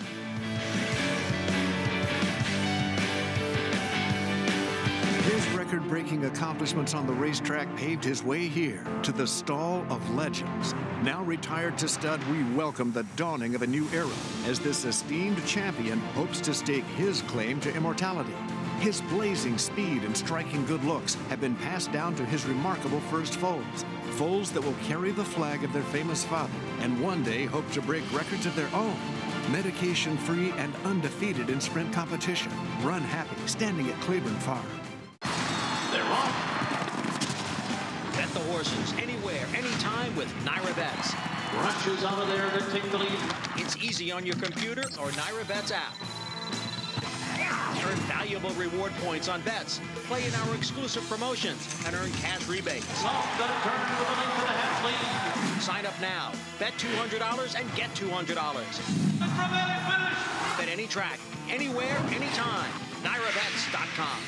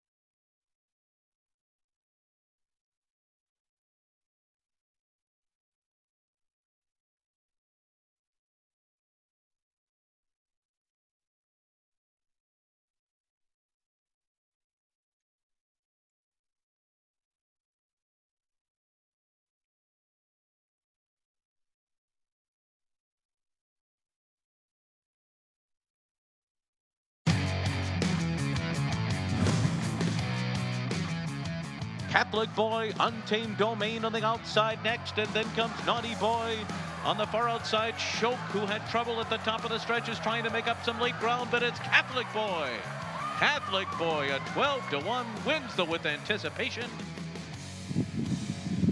Well, that was Catholic Boy's coming out party announcing himself on the scene on turf. He'd go on as a 3-year-old, of course, to win the Grade 1 Belmont Derby, and he just won our Run Happy Travers going back to dirt after briefly being on the Triple Crown Trail for trainer Jonathan Thomas. This from Barbara Livingston. We want to thank her for letting us use this photographer for the Daily Racing Form. 2018 Travers winner Catholic Boy. Oh, having a little laugh there with Olivia Perkins, Mackey assistant trainer to Jonathan Thomas after the big win on Saturday. Yeah, a lot of times the assistant trainers don't get a lot of love, and that's a great picture right there. Olivia spends a ton of time with Catholic Boy, and he put on a display. It's a terrific horse. Yeah. Grade 3 With Anticipation. Some Like It Hot Brown. He's the 5-2 favorite right now by a narrow margin over Swamp Rat. Gonna get a better look at all these runners in the paddock. It's time for a Paddock Report. We're gonna check in with Maggie Wolfendale. It's brought to you by Hillendale Farm, now standing Curlin for $150,000. We'll get to Maggie here in just a moment as we get a look right there at Some Like It Hot Brown. This horse, again, was supposed to go 1 mile and a 16th. Instead, went 1 mile and an 1/8 and looked real impressive doing it, winning by 8 lengths. That is our favorite right now. Let's check in with Maggie. Thanks, Josh. And we'll check in with a couple horses stretching out in distance, including number 2, Joyful Heart. This son of Kitten's Joy will be the likely pace setter, given that inside draw as well. Now, he actually looks the same as he has in all 3 of his starts, now at least from the disposition standpoint, and that he's nice, calm, cool, and collected. Yet, when they spring the latch, he is very quick. He has some early foot, but as I've thought from the get-go of when he showed up for the first time for Brian Lynch back on June 17th, that he'd want some more ground. So we'll see. He does get the test here today, but Brian Lynch not too successful in doing so with his turf horses. Moving on to number 9, Swamp Rat. He'll stretch out, and I actually think he does look like a horse that should appreciate a little more ground, as we've heard his trainer Phil Gleaves say that he is likely a middle distance type of runner. Now, the problem with him is that while he ran well in the Skidmore last time out, he is coming back on only 12 days rest, and I don't generally love to see that, but here in the paddock physically, I can't say that there's been anything detrimental to him with just having those 12 days in between starts. He looks great to me. He's carried his weight well, he's well conditioned, and he's not on the nervous side or anything like that. So another one that deserves a mention here, and as the board would indicate, there are 4 horses that look as though they could be winners in here, and another one is Some Like It Hot Brown, who is extremely impressive in breaking his maiden, going that 1 mile and an 1/8 distance. So there's definitely no worry about the distance here today of 1 mile and a 16th for him. And once again, he's even more tucked up and stronger looking. It's as if this horse has developed, I'd say, about 6 months within a month. He's just gotten so much more fit and athletic looking since being up here at Saratoga. It's really quite remarkable. The problem is front bandages on. You don't necessarily see fronts go on turf horses to begin with, and now that this horse is making his 3rd start of the meet up here and they go on, I'm a little apprehensive about that. Now, the horse that I like the most here is actually one that's never been on the turf. That is number 8 in here, Opry for Todd Pletcher. Ran well enough for me, going 7/8 on the main track back here on August 11th, and this guy is everything that a turf horse should look like. Just the frame, the foot, the angle to the pasterns. I like the fact that he looks even fitter here in the paddock. This is a horse that I think could take that step up and really appreciate the switch here of surfaces, as he is still a maiden as he'll make his stakes debut. Greg. Maggie, thank you. Favorite remains the horse that, yeah, we definitely know is going to be able to handle this distance here. Some Like It Hot Brown won at that 1 mile and an 1/8, and it was very far back early. Went on to win by 8 lengths. They were flying up front. I mean, there was a wicked pace duel in here. 2 horses really spread the field out, and actually the pace setter, when we were able to finish 3rd, still, fast pace or not, it's a dominating win, but it was a little bit magnified by the fast pace. Yeah, I'm with you. It's tough, Joe, to go from 5.5 furlongs to do this and win by 8, and then they bet the horse like he was going to do this. So the field wasn't much, but again, when you win by this much, you can't discount, and that's why the public has got, you know, him as the favorite at 5-2. And now this is a tougher field, obviously, first time against winners. I'm very interested in the horse that Maggie talked about. We'll talk about him after Swamp Rat. I think it's very simple with Swamp Rat. It's two questions. Can Swamp Rat bounce back in just 12 days from his last race, and can he effectively stretch out? And do you want a short price on him having to do both of those? That's true, and he needs to get out of the gate. I mean, he can't afford to break bad and have to go around 2 turns because that will take even more steam out of his late punch. We saw it with a horse named March Express, who really just peaked out at 2 races where he got left, and he was a closing sprinter. Then they went to go long, and he was not much.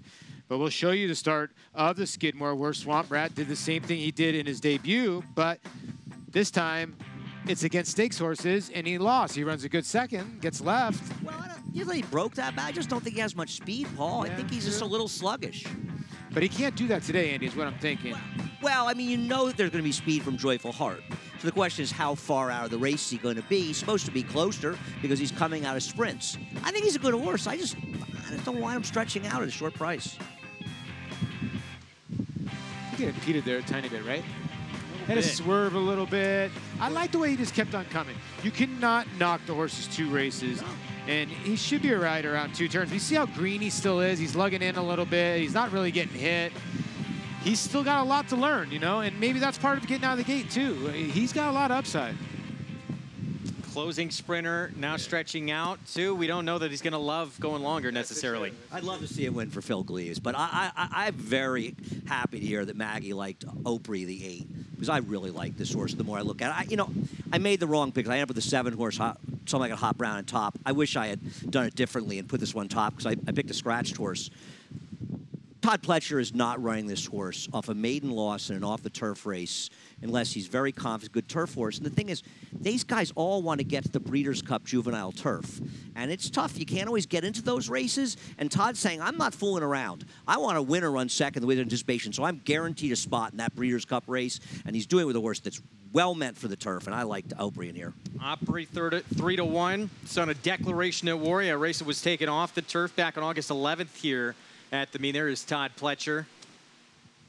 Yeah, and you know, this is the one place where you can work your 2-year-olds over the turf. Most of the times, in almost all the jurisdictions, you can't work your 2-year-olds over the turf course. So he got to work the son of Declaration of War out of that great named Damn That Voodoo that you do, for all you Mel Brook fans.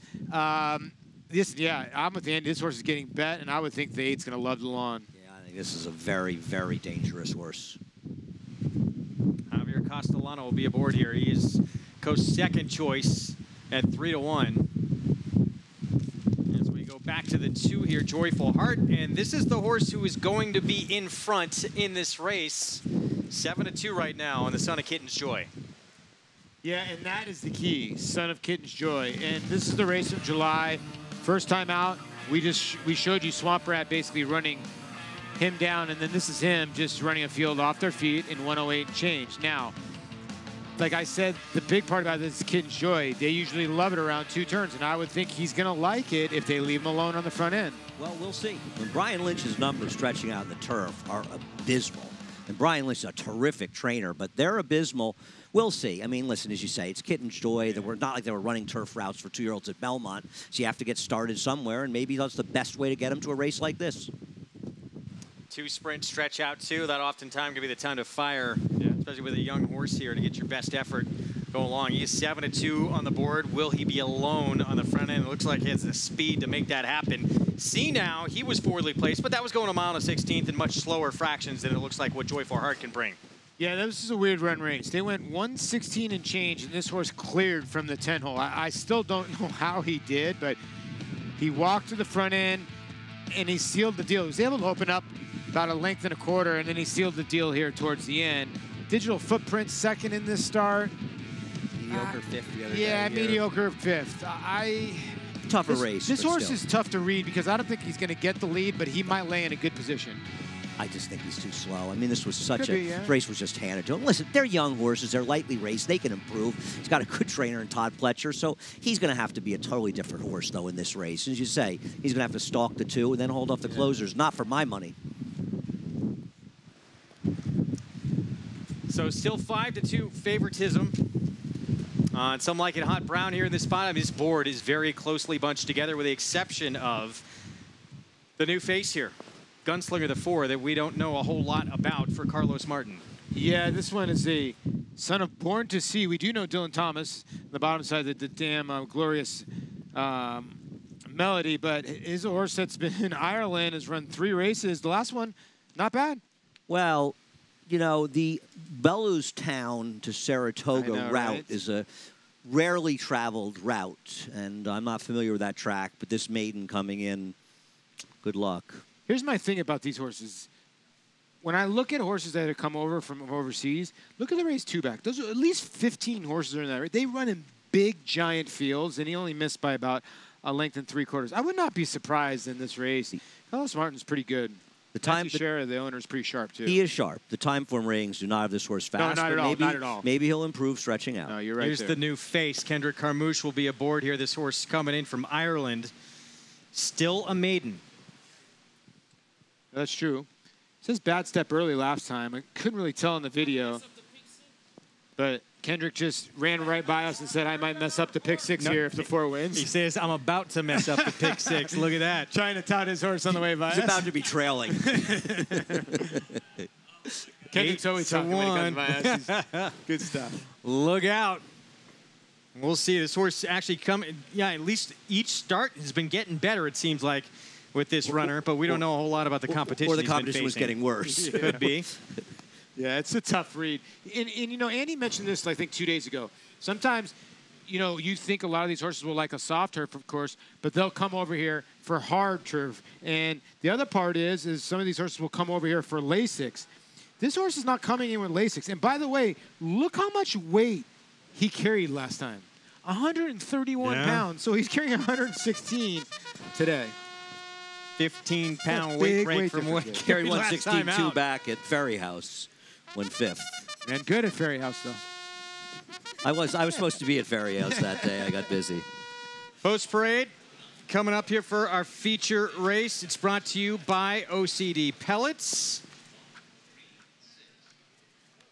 Build stronger bone. Go to OCDpellets.com for more information as we get set for our field. We're going to see Joyful Heart to kick things off here. The Speedster for Brian Lynch, who's coming off a win at 6 furlongs. Yeah, she got ran down by Swamp Rat in her first start, but then her second start, she crushed her competition. Now she's got to try to stretch out that speed around 2 turns. Here's Kendrick Carmouche for Carlos Martin on Gunslinger here, State's debut. Yeah, this is the one coming over from Ireland with Kendrick Carmouche aboard, and would light up the top board here, your longest shot. See now the 5. We'll see next for Todd Pletcher. John Velasquez will be aboard. Had the run of the race, breaking his maiden last time out here with slow pace. Not likely to happen again today. Some Like It Hot Brown, our favorite, coming up next for Mike Maker. Rad Ortiz Jr. in the irons. Dominating winner going long on the turf in his turf debut. Nothing not to like about that race. Opry for Todd Pletcher. Still a maiden. This is start number 2, and this is the turf debut. Yeah, and Todd good on this move. 17%, and a horse that's bred for the turf, up and down, and Castellano aboard. And Swamp Rat to close things out on the outside here. Phil Gleaves, Julian LePeroux, and a son of hat trick. He's a talented horse, but coming back on short rest, and we don't know if he wants to go long, but he can run. That our field for the feature race here. Coming up, 2-year-olds going a mile and 1/16 here on the turf in the grade 3. With anticipation. Feature race next. Our nightcap still ahead as well. Who will step up on turf for the 2-year-old division? We will find out next. They're off. Bet the horses anywhere, anytime with Naira Bets. Rushes out of there to take the lead. It's easy on your computer or Naira Bets app. Earn valuable reward points on bets. Play in our exclusive promotions and earn cash rebates.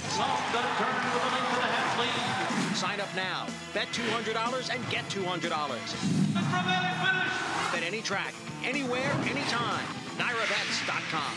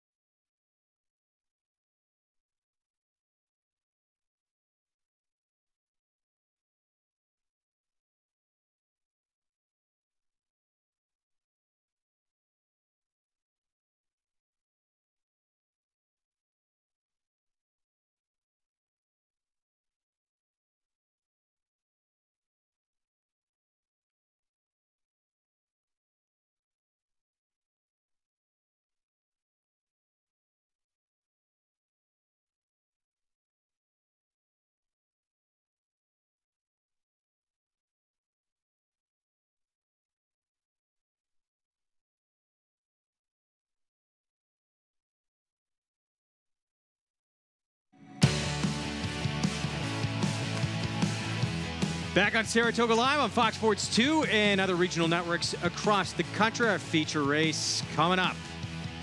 2-year-olds on the turf. And you never know, maybe our Breeders' Cup Juvenile Turf winner stepping up in this race. True. What do you think? I don't think we'll see the Breeders' Cup Juvenile Turf winner. The only one I would say, maybe is Opry? Maybe Opry, but I don't know. Did you think we had our Run Happy Travers winner in this race last year? Yeah. You never know what can happen. As we get a look here at Some Like It Hot Brown. Still favored, 5-2. Yeah, and I get why they're going there, just because they see the 8-length win, and the horse is at 1 1/8, now cutting back in distance. But I don't know, man. 5-1 from 5.5 furlong sloppy race to 1 1/8 on the turf, and the horse was 5-1. Shows me that field was not much. Meanwhile, see now for Todd Pletcher. Turf debut was a winning effort at this distance here at the meet at Saratoga. With more on See Now, let's go to Maggie Wolfendale. Yes, Greg. In regards to See Now, a horse that won on the front end and, well, from the outside post was able to get over, and Javier Castellano, or excuse me, Johnny Velasquez, giving this guy a pretty big warm-up. So he's going to be a big thorn in the side of number 2 in here, Joyful Heart, I would say. I mean, it wasn't as if he was that sharp in the paddock, but the fact that Johnny has galloped him, and now he's on his toes is saying to me that he's going to try to get that same kind of speed here from him once again. Number 4, Gunslinger, another one that got a big warm-up. That's somewhat typical from Kendrick Carmouche, and I don't know what to think of this horse, to be honest, other than Kendrick feels pretty confident. Thing is, though, is Matt Scherr, as you guys said, is a very sharp guy. He looks at a lot of things. He's a A+ student of the game, I would say, and is now branching out into buying horses from overseas, which I find interesting. I'm going to take the wait-and-see approach of this horse. But, you know, Paul, as you guys said, with the 7, Some Like It Hot Brown, I'll tell you one thing. My husband had a horse in there that finished 4th, and we did not think very highly of him. And the fact that he finished 4th in there, I know, well, beaten 10 lengths, but still, I question, too, the overall quality of the field. Well, there you have it. We're going to find out coming up. I mean, no matter how good the field was or wasn't, you beat him by 8 lengths. It's still impressive. If you win by 8 lengths in the turf, you crush the field. Most horses lose by 10 in the turf, run blast. So I don't think it's surprising that Tom didn't like that horse. He was right. But this horse destroyed the field. I wouldn't hold that against him. But for what it's worth, good that she brings it up. And do you want to take a short price? Well, the 5th place finisher came back and buried a field in its next start. Now, the 3rd place finisher, for whatever reason, was rated and didn't run well, so it's tough to really judge the race. But we have seen a horse come out of that race as an easy winner in its next start. So it hasn't been in any way confirmed that it was a terrible race. If you look at this board right now, you tell me where's the best upside in terms of value on the board right now. What would you say? 5 for me. Really? Yeah, I do think the 2 is going to take this field I think the 2. Way. Yeah. Andy, what would you say? You know, I think the race is between the 7 and 8, to be honest with you, a little 9. So I'm not seeing anybody at big prices, you know. I don't know. And frankly, the 8 where Opry is not a great bet at 5-2, having never been on the turf. And maybe in some ways their short price is an indictment of the rest of the field. Not that that'll work out that way. Grade 3 with anticipation. Coming up, our feature race here on this Wednesday afternoon. We're all set. Let's send it upstairs to the voice of New York Racing for the call, Larry Colmus. Opry just a little bit hesitant to come forward to his position in the starting gate. He's backed out once again here. 6-5 on Some Like It Hot Brown as they work on getting Opry to go into the gate and stay there. Looks like they've got him in there now. So that just leaves Swamp Rat to be the last to load. Swamp Rat and Julien Leparoux into the gate. They're all in line.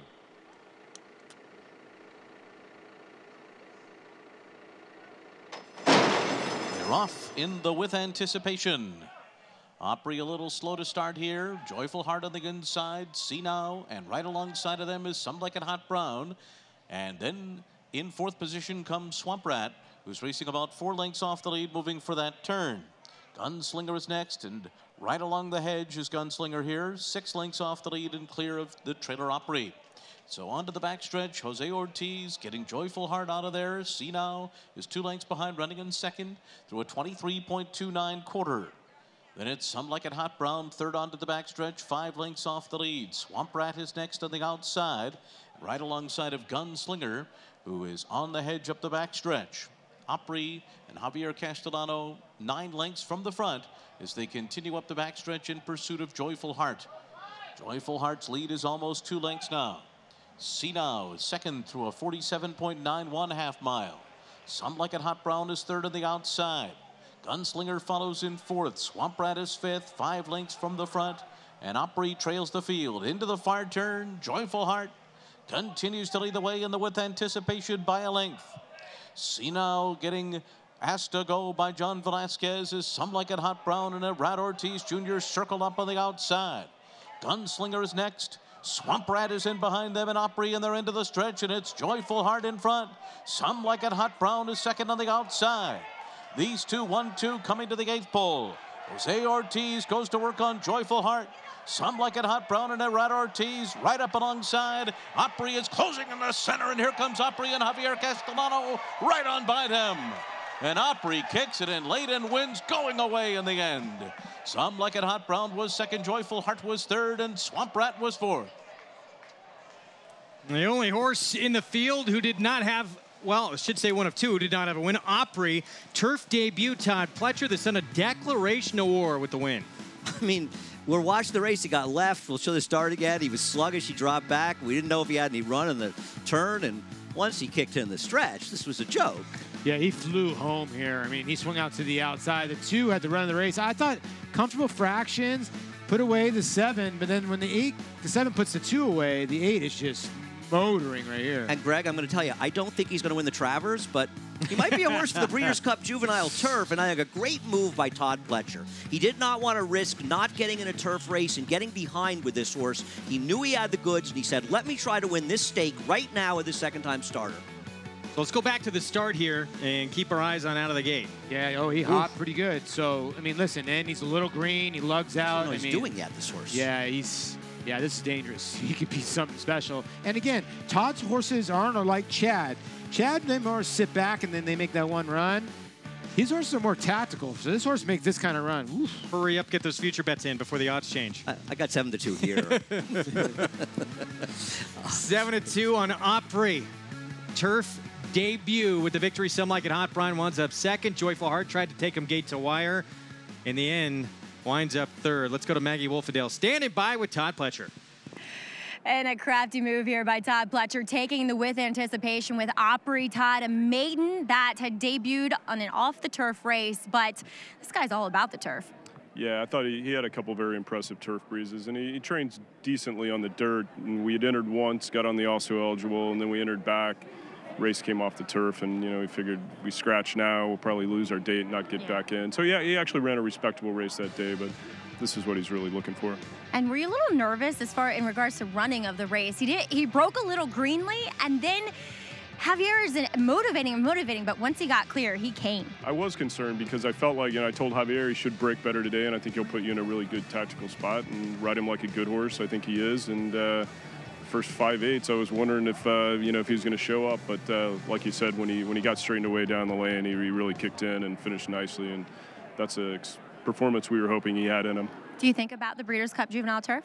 Well, you try not to think too far ahead, but sure. I mean, I think he'll probably run in a race back like in the Pilgrim, and then hopefully on to Churchill from there if he continues to develop. Well, Todd, job well done here With Anticipation. Thank you. All right, guys, Opry getting it done in a second start, a maiden no longer. Looking impressive, too. Getting a great 3 victory here on the turf. One to keep your eyes on perhaps early November come Breeders' Cup time. Opry with the victory. For trainer Todd Pletcher, we're going to take a break in the action. Coming up next, the incredible story of Mike and Mary, who become very good friends. We'll have that for you when we come back.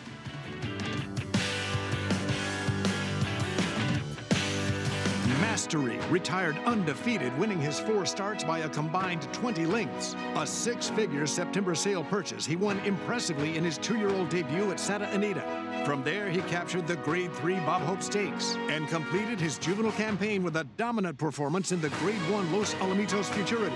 At 3, the top-rated son of Candy Ride sizzled in the San Felipe, running a 105 buyer and winning by open lengths. Mastery, new for 2018 at Claiborne Farm. They're off. Bet the horses anywhere, anytime with Naira Bets. Rushes out of there to take the lead. It's easy on your computer or Naira Bets app. Earn valuable reward points on bets. Play in our exclusive promotions and earn cash rebates. Off the turn with a length and a half lead. Sign up now. Bet $200 and get $200. Bet any track, anywhere, anytime. NairaBets.com.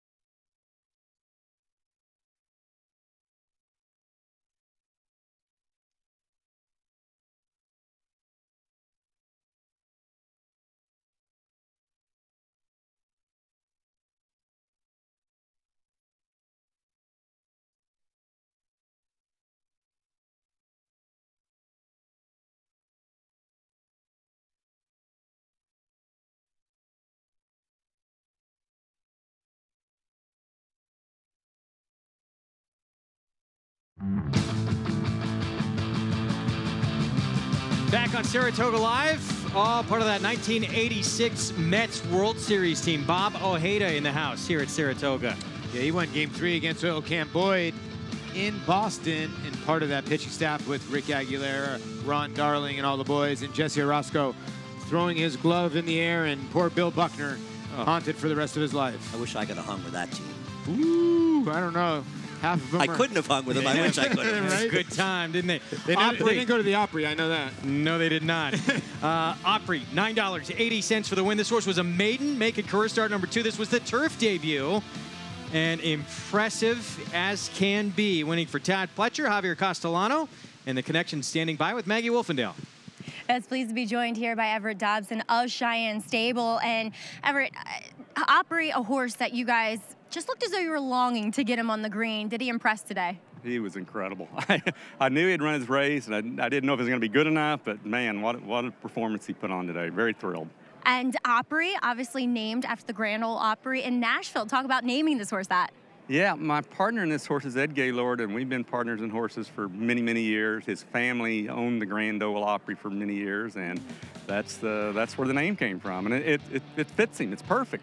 Because he is grand. At least he looks to be going that way. And is it a goal, at least for yours, to try to make it to the Breeders' Cup with this horse? Well, yeah. I mean, I think it's everybody's goal at this stage of the game to win a race like that. And you look at Catholic Boy last year winning this race. So we dream big. Why not? Exactly. Well, congratulations here. You have every right to dream big with Opry. Thank you very much. Thank you. All right, guys. Grand Ole Opry. Have you ever been there? I have not, but it is on my to-do list. My to-do list is to Everett Dobson, actually part owner of the Oklahoma Thunder, And I love Russ Westbrook. And he told me I could sit courtside, so I got to get down to OKC to go see Russ sit courtside. It's really nice to see a guy like Everett Dobson put a ton of money into the game and have some success and have a good-looking horse like this. I believe he's the owner of Mastery, of course, who's staying down at Claiborne Farm and could end up being a terrific sire. And Mastery, unfortunately, wasn't able to make the Triple Crown and may have been one of the favorites in the Derby. So nice to see him do well. Russ Westbrook, of course, my Bruin brother. Yeah. Oh, that's right, yeah. You were his, he looked up to you when he... We're both Bruins. When he was at UCLA. Naira followed your footsteps. Late pick 5 follow along. Total pool, $119,000. Opry with the upset score. We still have one leg to come, and this, what did you guys think? I thought the most wide open race on the card going in.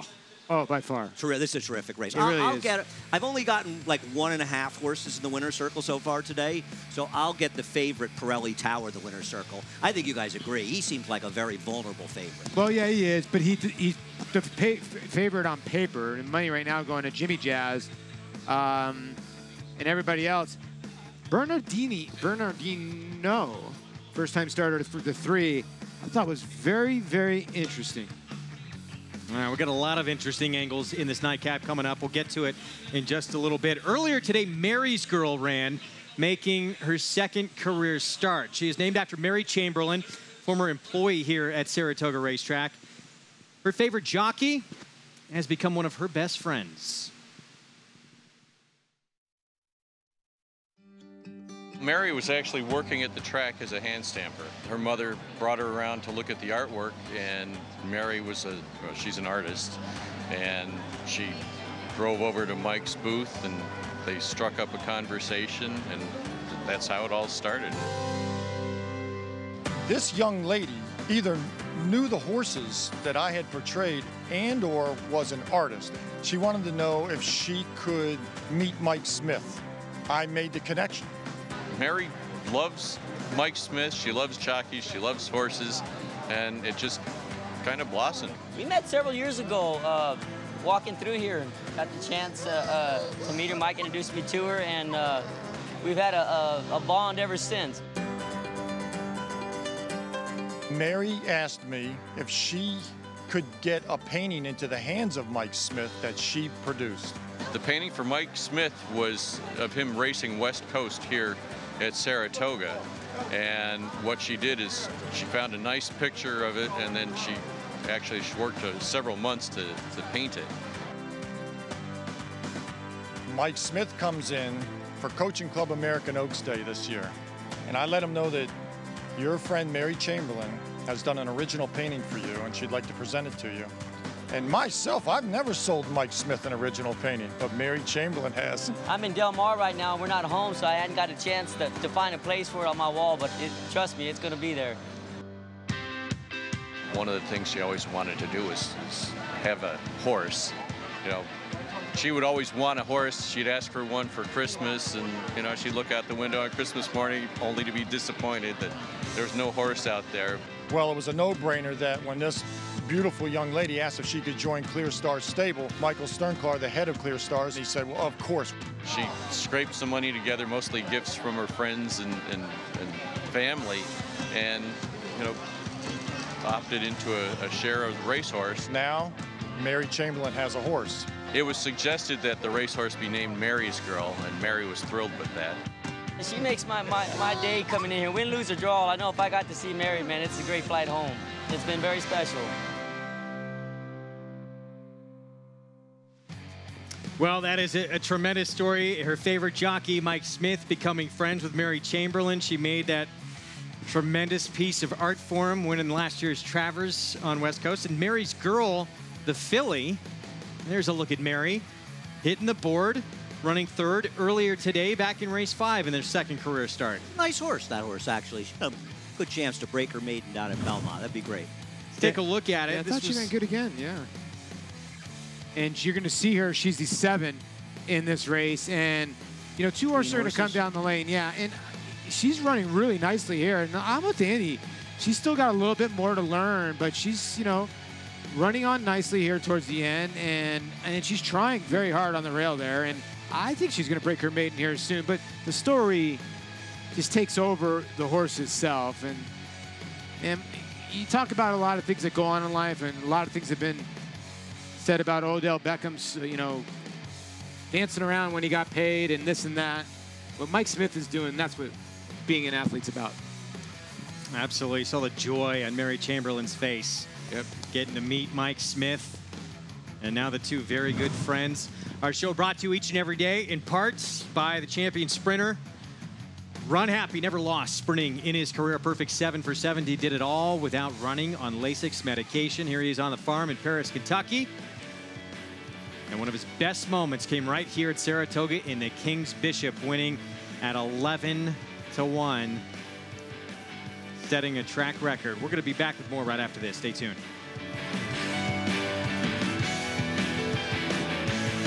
His record-breaking accomplishments on the racetrack paved his way here to the Stall of Legends.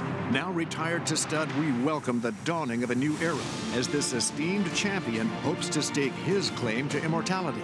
His blazing speed and striking good looks have been passed down to his remarkable first foals. Foals that will carry the flag of their famous father and one day hope to break records of their own. Medication-free and undefeated in sprint competition. Run Happy, standing at Claiborne Farm.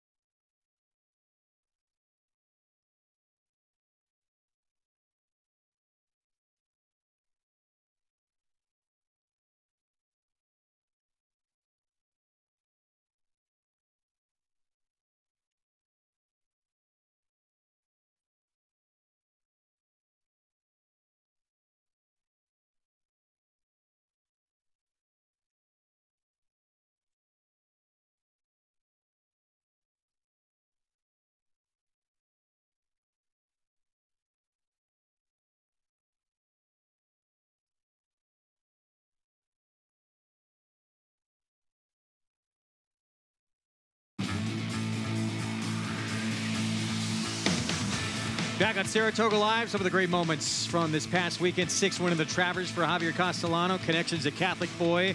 Oh, how sweet it is with a victory in the Run Happy Travers. And Javier Castellano, he is right there. 2nd in the jockey standings behind Irad Ortiz Jr. Trying to hold off Jose Ortiz, who, remember last year, closed with a fury to win the riding title for a 2nd straight year. He'll be on a first-timer here for Chad Brown, the 7 High Conviction. Here's another edition of Run Happy Jock Talk with Jose.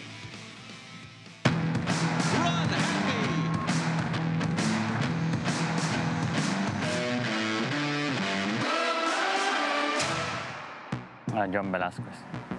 The closest thing to perfect is John. Too perfect, like his position, he's very smart, and he does everything like perfect. If you want to do good, you gotta try to look like Johnny. No mistakes. It's great. the final leg of the Triple Crown. It's 1.5 miles. It's kind of tricky distance because we don't ride 1.5 miles every day. You need a horse that can handle it. I mean, it was pretty amazing. I like Mickey Woods and Alex Rose. It's Spanish, kind of reggaeton. My family.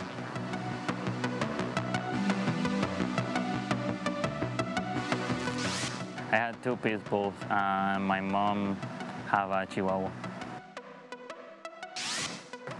I like Instagram and Twitter. Facebook also. Well, Jose Ortiz, this is the horse he will be on in the nightcap. High Conviction, a first-time starter for the meet's leading trainer and the meet's leading owner, Klarovich Stables and Chad Brown. Yeah, and it seems like whenever these horses don't get bet at 9-1, they seem like they run a little bit, especially in these type of races where there's no clear-cut favorite in here. So you could see Chad Brown winning this race just on Chad Brown. Yeah, I mean, I actually spoke to him earlier about it. He says he's a bit of a wild card. He's not saying he can't win here. He didn't have a strong feeling one way or the other, but as he said, he could win, I guess. They just gelded this horse, by the way. It reportedly gelded on the 25th of, which has to be like 2 days ago, which is not impossible. Not likely. Not possible. But it got reported. So obviously this horse is gelded. You don't want to pay $350,000 for Son of Arch and geld him immediately before your first race. So obviously that's why this horse is probably, 7-1, and probably why he told Andy he's a wild card, because he doesn't know what he's going to get out of him, Wide open race. Your favorite is 7-2. It's a great betting race with more on this group. And again, late scratcher of the 11, Millardo. That horse coming out of the race. That was a second-time starter for Robert Falcone. But we're going to check in with Maggie Wolfendale now. Paddock Report brought to you by Hillendale Farm, now standing Curlin for $150,000. Yeah, a late scratch here, Greg, as you were saying, with Millardo, a horse I was actually interested in. And great job by our state veterinarian and his trainer, Rob Falcone, just noticing that this horse is suffering from heat stroke. You can tell he's not sweating, so therefore he's having trouble naturally cooling himself down. And you can just see kind of the way he's walking. He's just kind of out of it, so definitely erring on the side of caution. A good thing here with Millardo. As we'll check in with a few first-time starters here in Bernardino for trainer Jorge Abreu. And this guy, decent looking. I like the way he looks. He's well meant for this start, or I should say for these conditions. But as far as being a first-time starter, he just looks as though mentally and physically he'll benefit from getting this start into him. Just a little bit on the heavier side, a little green here in the paddock. So I'd like to take the wait-and-see approach with him, as Chad Brown, Jorge's former employer, sends out number 7, High Conviction here. This guy, very fit looking, dappled head to toe, excellent coat on him, but feel as though possibly the longer the better, and that mile and a 16th might be fine. Then again, he might even want to go longer than that. He's just one of those very kind of long-bodied horses where, too, they tend to need to develop over their top line a little bit more, too. He could win, but he's also pretty chilly on the board considering he is making his first start for Chad. And then number 12 is Testy Kitten, a son of Kitten's Joy for Mike Maker. And another one that I just feel as though, guys, he looks like he might need a start going forward just to really kind of tuck up, get fit overall. But then again, should handle the turf despite not having that much on the bottom side as far as turf pedigree is concerned. Also wearing blinkers for debut. All right, Maggie, thank you. 7-2 favorite, the 5. Jimmy Jazz here as we take a look at that Mike Maker horse on the outside. There's Testy Kitten, the first-time starter. 7-1 on the board. 4-year-old first-time starter, first foal. Meanwhile, here's Pirelli Tower. So this is a Christophe Clement runner, 4th time out, had 3 starts at the Belmont meeting, and first time out just barely missed by a nose. He ran his best race first time out. Then he came back in a race where, I mean, the winner of the race was a speed. This was his last performance. This was a dreadful performance. Unless you want to say he simply couldn't get the mile and 8 and he tired in the last 16th. Mango M, who beat him, didn't come back and run a huge race this weekend, but he's okay, and he was a speed. But he sat a perfect tuck behind him. He came out in the stretch, the perfect trip you want.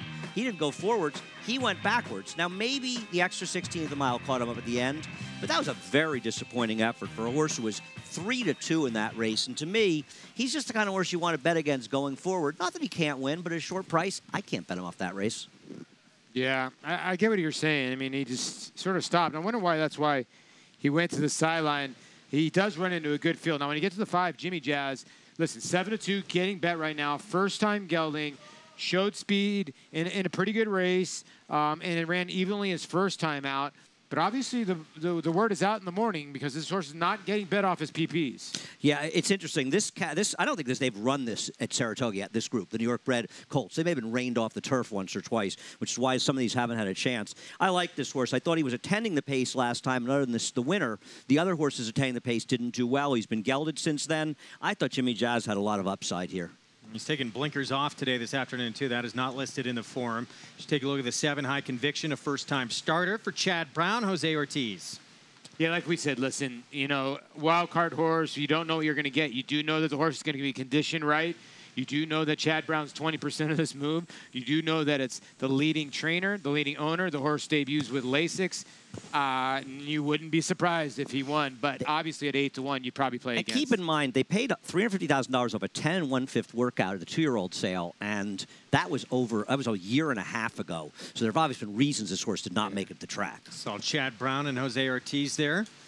Talking preparations, game plan for this race coming up as you look at Curlin's Legacy for Jeremiah Englehart, and this will be start number 3 on the turf. So if you take Curlin's Legacy at 8-1, or excuse me, if you take Pirelli Tower at 9-2, you take Curlin's Legacy at 8-1, right, Andy? I'd rather take his horse at a bigger price. He didn't do much running last time. He just stayed on the rail and sort of sucked into third. But having said that, I agree. I mean, based on Pirelli Tower's last race and his last race, you'd take a bigger price on him, wouldn't you? And Junior Alvarado set to hop aboard the 6 here. There he is, waiting to get a leg up. Like I say, Junior Alvarado got to be one of the better follows on Twitter. Again, he was showing yesterday Javier Castellano how to do some curls so the horse doesn't run off. Surprised you didn't get involved in that discussion, Paul. I tell you what. Didn't want to show those guys up? Junior Alvarado is priceless. He is so funny on Twitter. Great follow. He's always messing with guys in the clubhouse. You always have that guy like you in the clubhouse that's so funny and just never stops. All the guys in there say it's Junior, and he's just so sneaky. And he's great on the turf. Oh, he is well. a great turf rider. He is. Here's the 10 Whiskey Run. So 2 sprints on turf, now stretching out to 1 mile and a 16th for Mike Maselli and Luis Saez rides. I mean, he's strictly if you're somebody who likes speed and wants a horse that's supposed to be in front, stretching out for the sprints. I like Mike Maselli. I think he does a terrific job. The question is, can this horse get 1 mile and 16th? He should be in front. He'll be in front. Do odds sway you? 100-1, 2 back. 100-1. And somebody had this horse with a length and a half lead in the lane at 100-1. The horse got run down. I'm guessing they're not fans of Sparky. Yeah, I know, right? But then came back, and you're thinking, okay, I bet the horse to the wedding. Now I'm going to really go to the funeral and bet this horse at, what, 4-1? And I'm surprised he's 5-1 here. Bet okay. I get it. I understand why he's 5-1 because he'll be in front and he might have a little bit more quality. I'd love to see Mike Maselli win, a good guy, but geez, it's a big stretch from 6 furlongs to 1 mile and a 16th. Here comes our post-parade. We'll start things off with Constant Night for trainer Mary Black. And 2 back at Belmont. Horse ran 4th at a 6-horse field against the next out winner, Greek Alphabet, who'd come back to win on dirt. Well, those were open company. The problem is the other 12 starts, but only has had 3 turf starts, and that was a good one. 24-1 on Dublin Green. The only time on the turf this horse had absolutely no chance at all to run whatsoever. Lost the irons right out of the gate. Yeah, this horse had some issues. The worry that you have is 2 back. I mean, this horse was 3-1 in a Finger Lakes field. Bernardino, first-time starter for Jorge Abreu. Very good turf on the dam side, but dam is really, it's all turf sprinting, but it is Patio Prado, so you get some route there. 4-1. Here's Pirelli Tower for Christophe Clements on a Gio Ponte. He's eaten up money a couple times at the window, and the gray right now is your second choice. Tom Bush sends out Jimmy Jazz, Joe Bravo in the irons. All the Jimmies are sending it at the window on a horse newly gelded and a player. And the favorite right now at 4-1. Curlin's Legacy, the 6, Junior Alvarado for Jeremiah Englehart. Yeah, for owner here, Adam Madcore, son of Curlin. Not bad last time out when beating Pirelli Tower, the 4. New face for the meet's leading trainer, Chad Brown, high conviction. Not taking much money, but has a pedigree. Where has he been for so long? 8 horses, local council tried to get him on the turf here on August the 5th. It was washed off for Mark Hennig. You know, this horse could be the long shot horse because you don't know if he really liked the 2 turns, which he did. He just got a tiny bit tired off the layoff. If he takes to the turf, he could be a player. Sheik of Arabies at 15-1 with John Velasquez from Michael Dilger. I think it's an interesting horse trying the turf for the first time. A 1/2 turf winner. The Dam was a 3-time winner in the turf. Whiskey Run at 5-1 right now. Should be leading the way for Mike Maselli. Like I said, 100-1, 2 back and almost got the job done. 5-1 today. And a first-timer on the outside, Testy Kitten for Mike Mager with Javier Castellano for the Ramses. An interesting horse, obviously. And anytime a Kitten's Joy for the Ramses, Castellano and Maker, they're dangerous. It's a good betting race coming up to close things out. Got to play a super here, right? Why not? Going to try and construct one during the break. We'll be back. Finale coming up.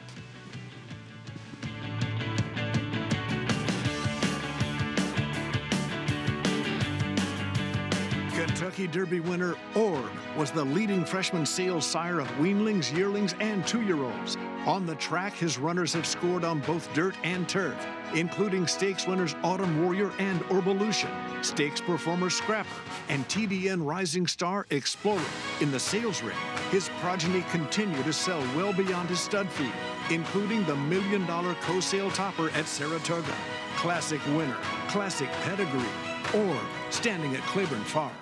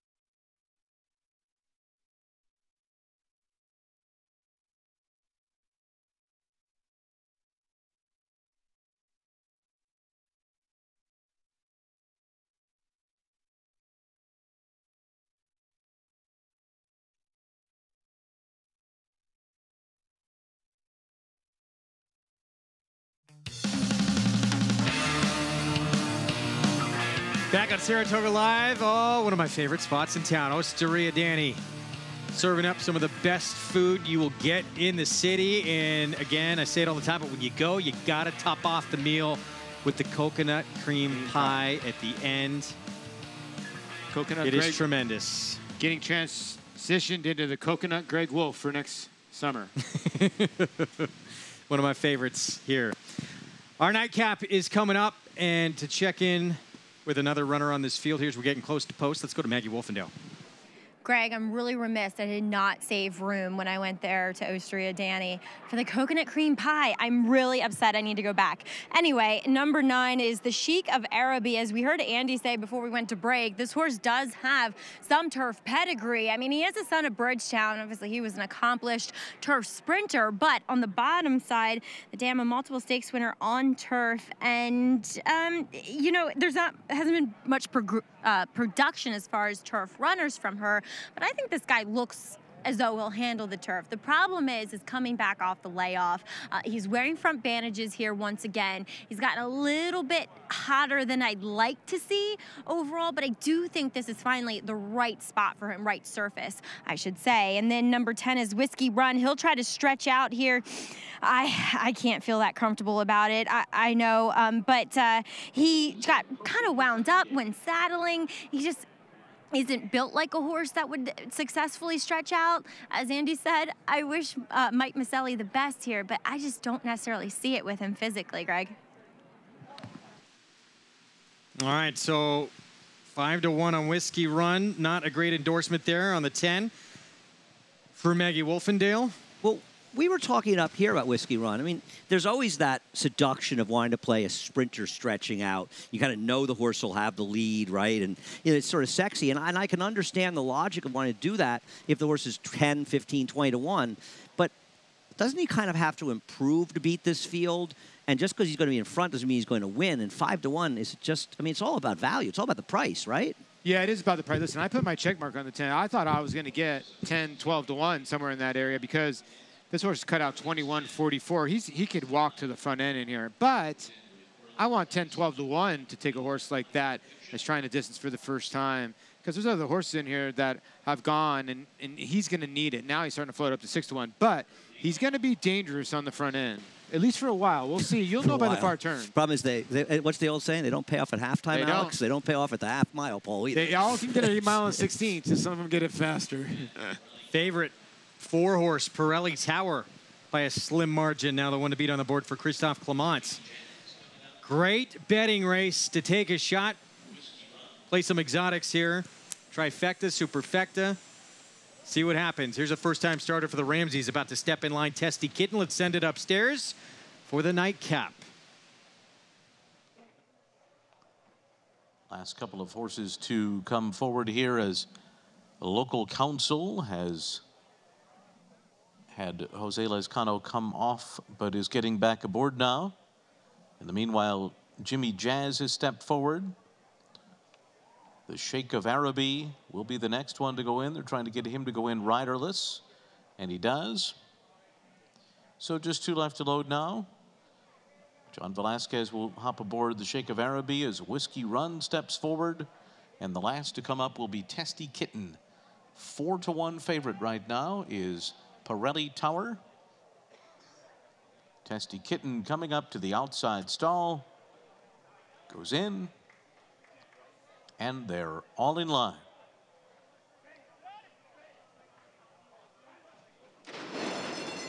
They're off. Pirelli Tower broke well. Constant Night on the inside with some early speed. Farther out there goes the Sheikh of Araby and Whiskey Run. And now these two are going to take over. And they're followed by Testy Kitten, who sits back and runs in 5th. And then it's High Conviction 6th in between horses, followed by Curlin's Legacy. And down on the inside, into that turn comes Dublin Green. Break of another 2 lengths more, and it's Bernardino who saves ground into the turn ahead of local council Jimmy Jazz last. 24.27 the opening quarter mile. Whiskey Run onto the backstretch in front. The Sheikh of Araby is running in second, 3/4 of a length behind. Pirelli Tower is on the outside of Constant Night, battling for 3rd position up the backstretch. Then Curlin's Legacy. Testy Kitten to the outside, and Dublin Green, who's got about 7 lengths to make up. They're clear of High Conviction. And then it's Bernardino, local council. And at the back of the field up the backstretch is Jimmy Jazz. 49.22 was the half mile. Entering the far turn, Whiskey Run up top. The leader by 1.5 lengths over the Sheikh of Araby, who's second on the outside, moving for the turn. Constant Night is 3rd. Pirelli Tower on the outside, 4th. Behind them, the pair of Curlin's Legacy, Testy Kitten. Then comes Dublin Green, who's starting to drop back a bit on the inside. High Conviction is next. Jimmy Jazz, who was dead last early, has gone by 5 horses now and is trying to make a move on the far outside, but plenty of work to do. They're into the stretch. It is Whiskey Run in front. The Sheikh of Araby on the outside, second. Then Constant Night and Pirelli Tower. And they're followed by Curlin's Legacy, Testy Kitten, and Jimmy Jazz. It is still Whiskey Run. They're coming into the final 16th. The Sheikh of Araby second best to Whiskey Run. Whiskey Run wins it by 1/2 length over the Sheikh of Araby. And then it was Constant Night and Pirelli Tower. Whiskey Run takes him gate to wire. It appreciates the stretch out here. Mike Maselli, Luis Saez. It just shows you it does not matter. Speed still kills. And at 100-1 2-back, I didn't know if you wanted to take 6-1 today, but they let the horse walk. 49-113 is too slow. Well, there was absolutely no movement whatsoever in this race. Right. I literally think the superfecta of 10-9-1-4 was 1, 2, 3 around the track the entire time. Now, let's give a lot of credit to Luis Saez for able to get to the front from the outside post and then back it down. That's the hardest thing to do, right? He did it. Mike Maselli gets the win. I'm glad for Mike Maselli. Good guy and a good trainer. 6-1, 10-9-1-4. Nice call on the 9, by the way.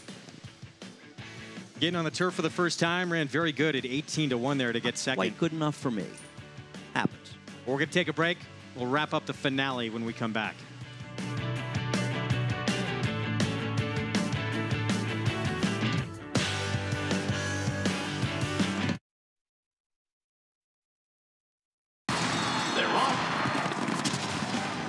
horses anywhere, anytime with Naira Bets. Rushes out of there to take the lead. It's easy on your computer or Naira Bets app. Earn valuable reward points on bets. Play in our exclusive promotions and earn cash rebates. Off the turn with a link to the half lead. Sign up now. Bet $200 and get $200. Bet any track, anywhere, anytime. NairaBets.com. His record-breaking accomplishments on the racetrack paved his way here to the Stall of Legends. Now retired to stud, we welcome the dawning of a new era as this esteemed champion hopes to stake his claim to immortality. His blazing speed and striking good looks have been passed down to his remarkable first foals. Foals that will carry the flag of their famous father and one day hope to break records of their own. Medication-free and undefeated in sprint competition.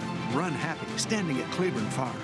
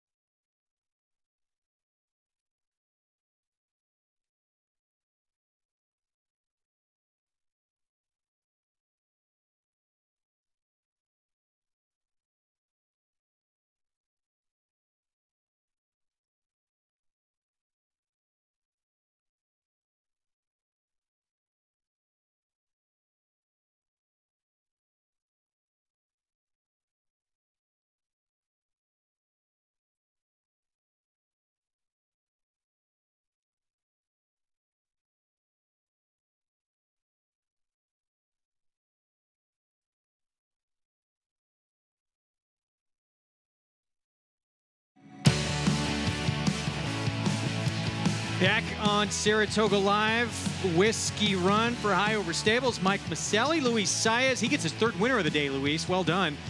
Close out the nightcap.